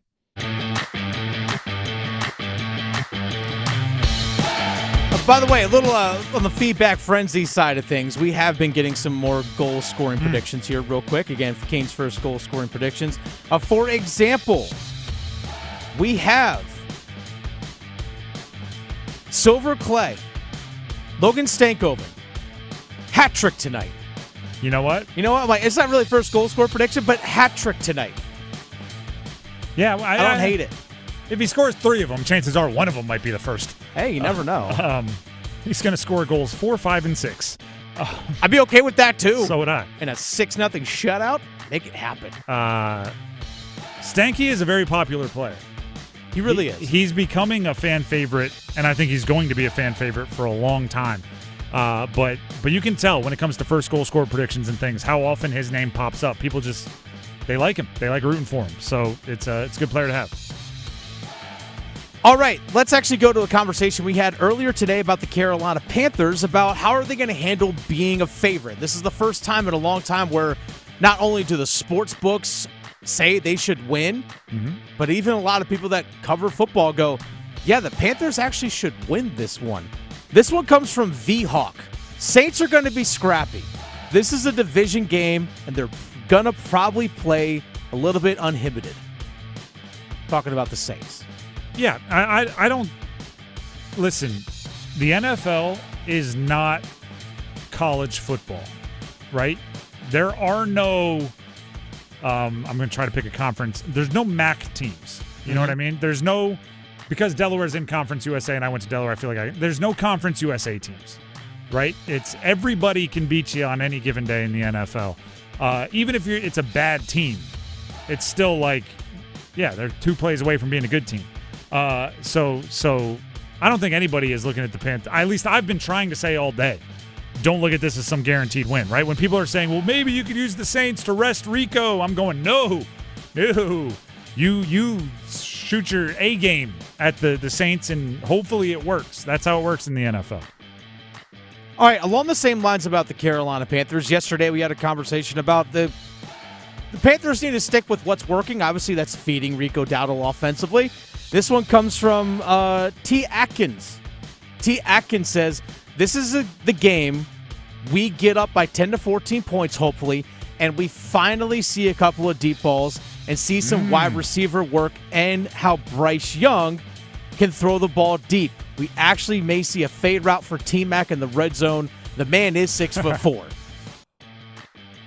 First of all, I don't know many football fans that enjoy the goal line fade. I don't think they always understand what the goal line fade is used for. It's not a high percentage touchdown play. And people get very frustrated that it's run so often because it's not a high percentage touchdown play. But what you fail to realize is it's also an unbelievably low percentage turnover play.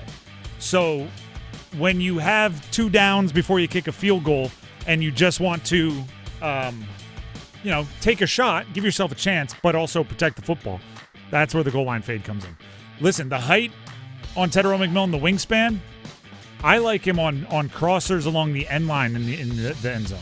Put him on right along the back of the end zone, run him on a crosser, and throw the ball up near the goalpost, right? That way, if it's not complete, sailing out of bounds, and put it in an airspace that only he can get to, right? That the 6'1" corner that's guarding him can't reach. That's where I think it works out the best. What else did they say? Oh, the deep ball. I would love to complete a deep ball. I would be so excited for a 40-plus yard passing touchdown. I don't even care if it's a screen and they run. I want long touchdowns because it makes it so much easier for the offense. Right now, even with Rico playing as well as he is, it's still a bit laborious. It's still a little tedious to go all the way down and score a touchdown.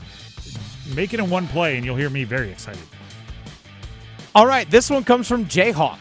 Jayhawk says along the same lines, that same conversation. Jayhawk says, all I know is this. I like our position with Bryce Young as quarterback. Love him and hate him. He's showing progress in being a great game manager, and I'll take that. There's plenty of teams that has won with good quarterbacks managing games. See, this is where I wish we were face to face. What progress? Threw for 102 yards, 1 turnover, no touchdowns. That's steps in the right direction. Yes, he can manage a drive at the end of a game, which he's done a bunch of times. That's not new, by the way. He's done that years. The progress I need to see is volume, right? Complete more passes for more yards. I need a 200-yard game. I'm not asking for 350. Give me a 200-yard game. But this is where Johnny says, hey, Bryce has won 4 in a row. Yep. He has. Actually, let me ask you this question. Yeah. Did Bryce win 4 in a row, or has Bryce been on a team that has won the last 4 games he played? Do you subscribe that wins and losses are a quarterback stat? I think in gigantic sample sizes, wins and losses can be a quarterback stat. I don't think any position in sports impacts winning more or losing more than the quarterback. So I think it's more of a quarterback stat than any other position.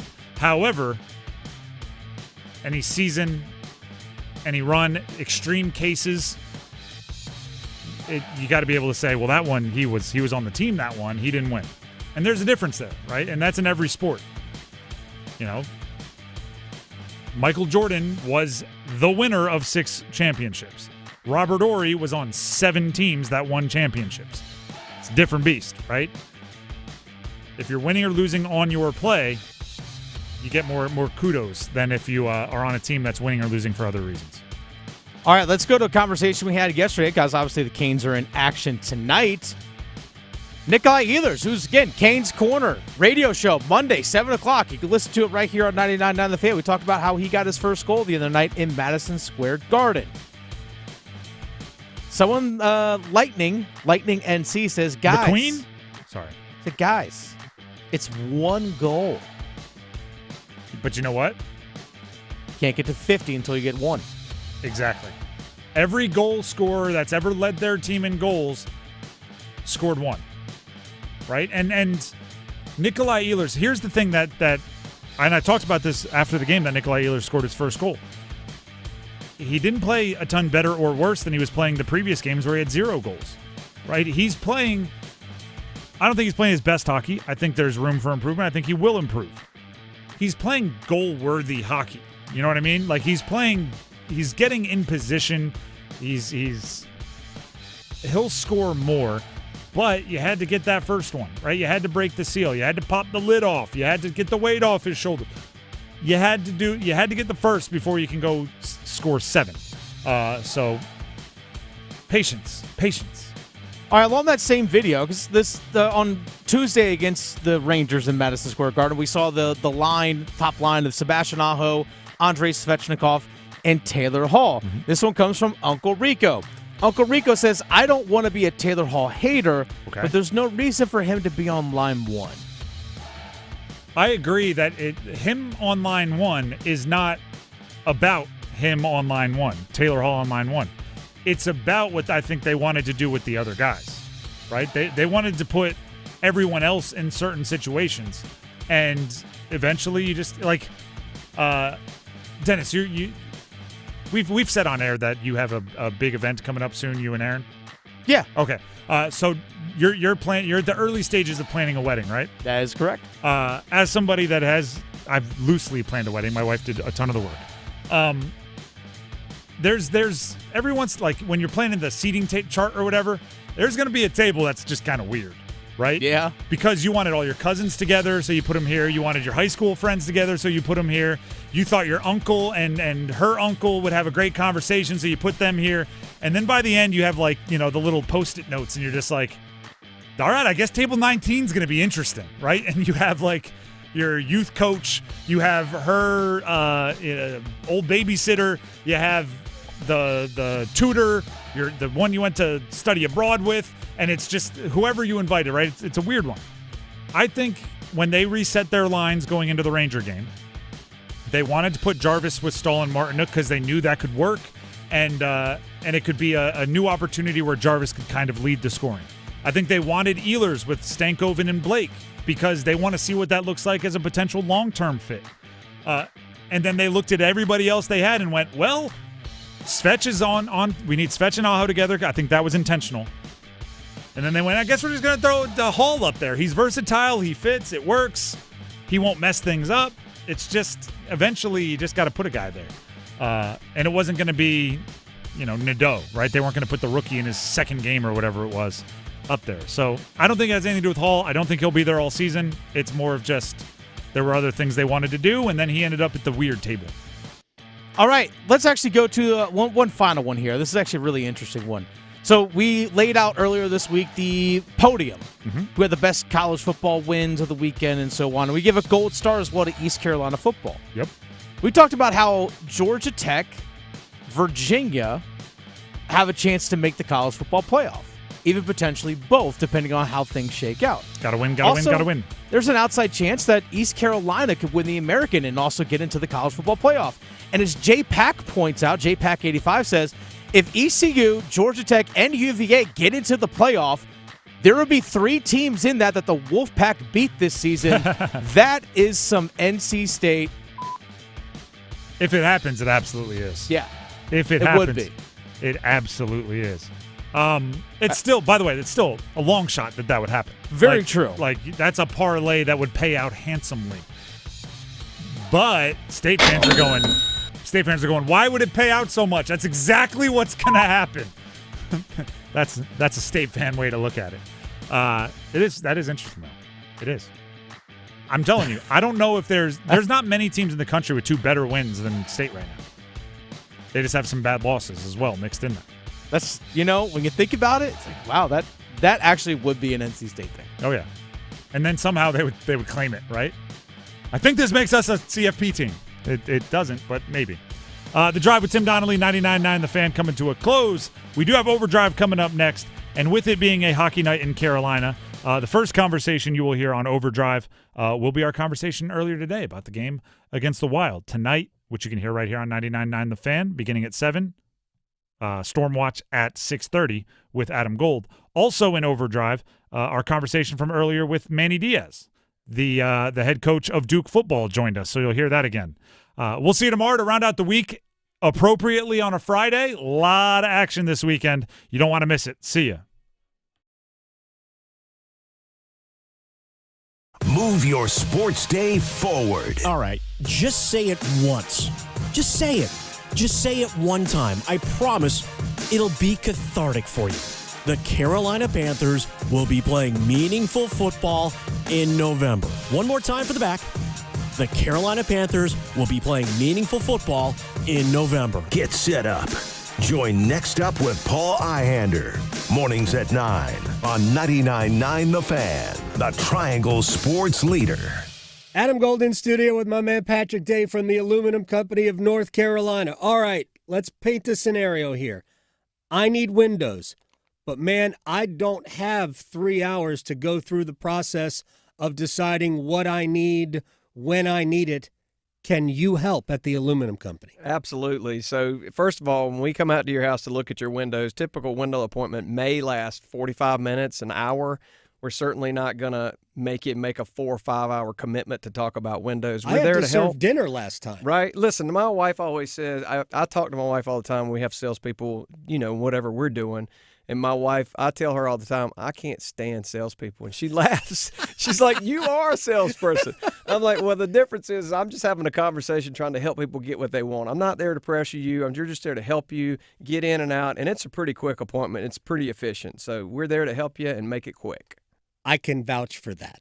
The Aluminum Company of North Carolina, online at aluminumcompany.com. Wesley Financial Group is not a law firm. Hi, I'm Chuck McDowell, the timeshare cancellation guy. In 2011, I founded Wesley Financial Group with one goal in mind: to help honest folks out of their timeshares permanently. Today, I run Wesley with my 2 sons, a real family business, treating every client and every employee like we'd want our own family treated. That philosophy has helped us grow into the largest, most trusted timeshare cancellation company in the United States. Fortune magazine even recognized us as one of the best places to work.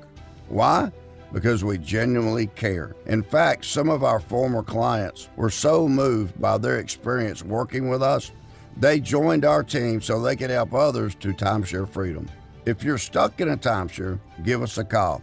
Let our family help your family. Call Wesley now for your free timeshare exit kit. 800-790-1400. 800-790-1400. 800-790-1400. Actual price will depend on product and subscription plan. Featured products are compounded drug products, which the FDA does not approve or verify for safety, effectiveness, or quality. Prescription products require an online consultation with a healthcare provider who will determine if appropriate. See website for details, restrictions, and important safety information. Want a boost in and out of the bedroom? Hims has you covered. Introducing a new 2-in-1 approach to level up your game. Tadalafil for better bedroom performance and zinc for testosterone support. Put it all together and you've got what you need to turn things all the way up. Getting started is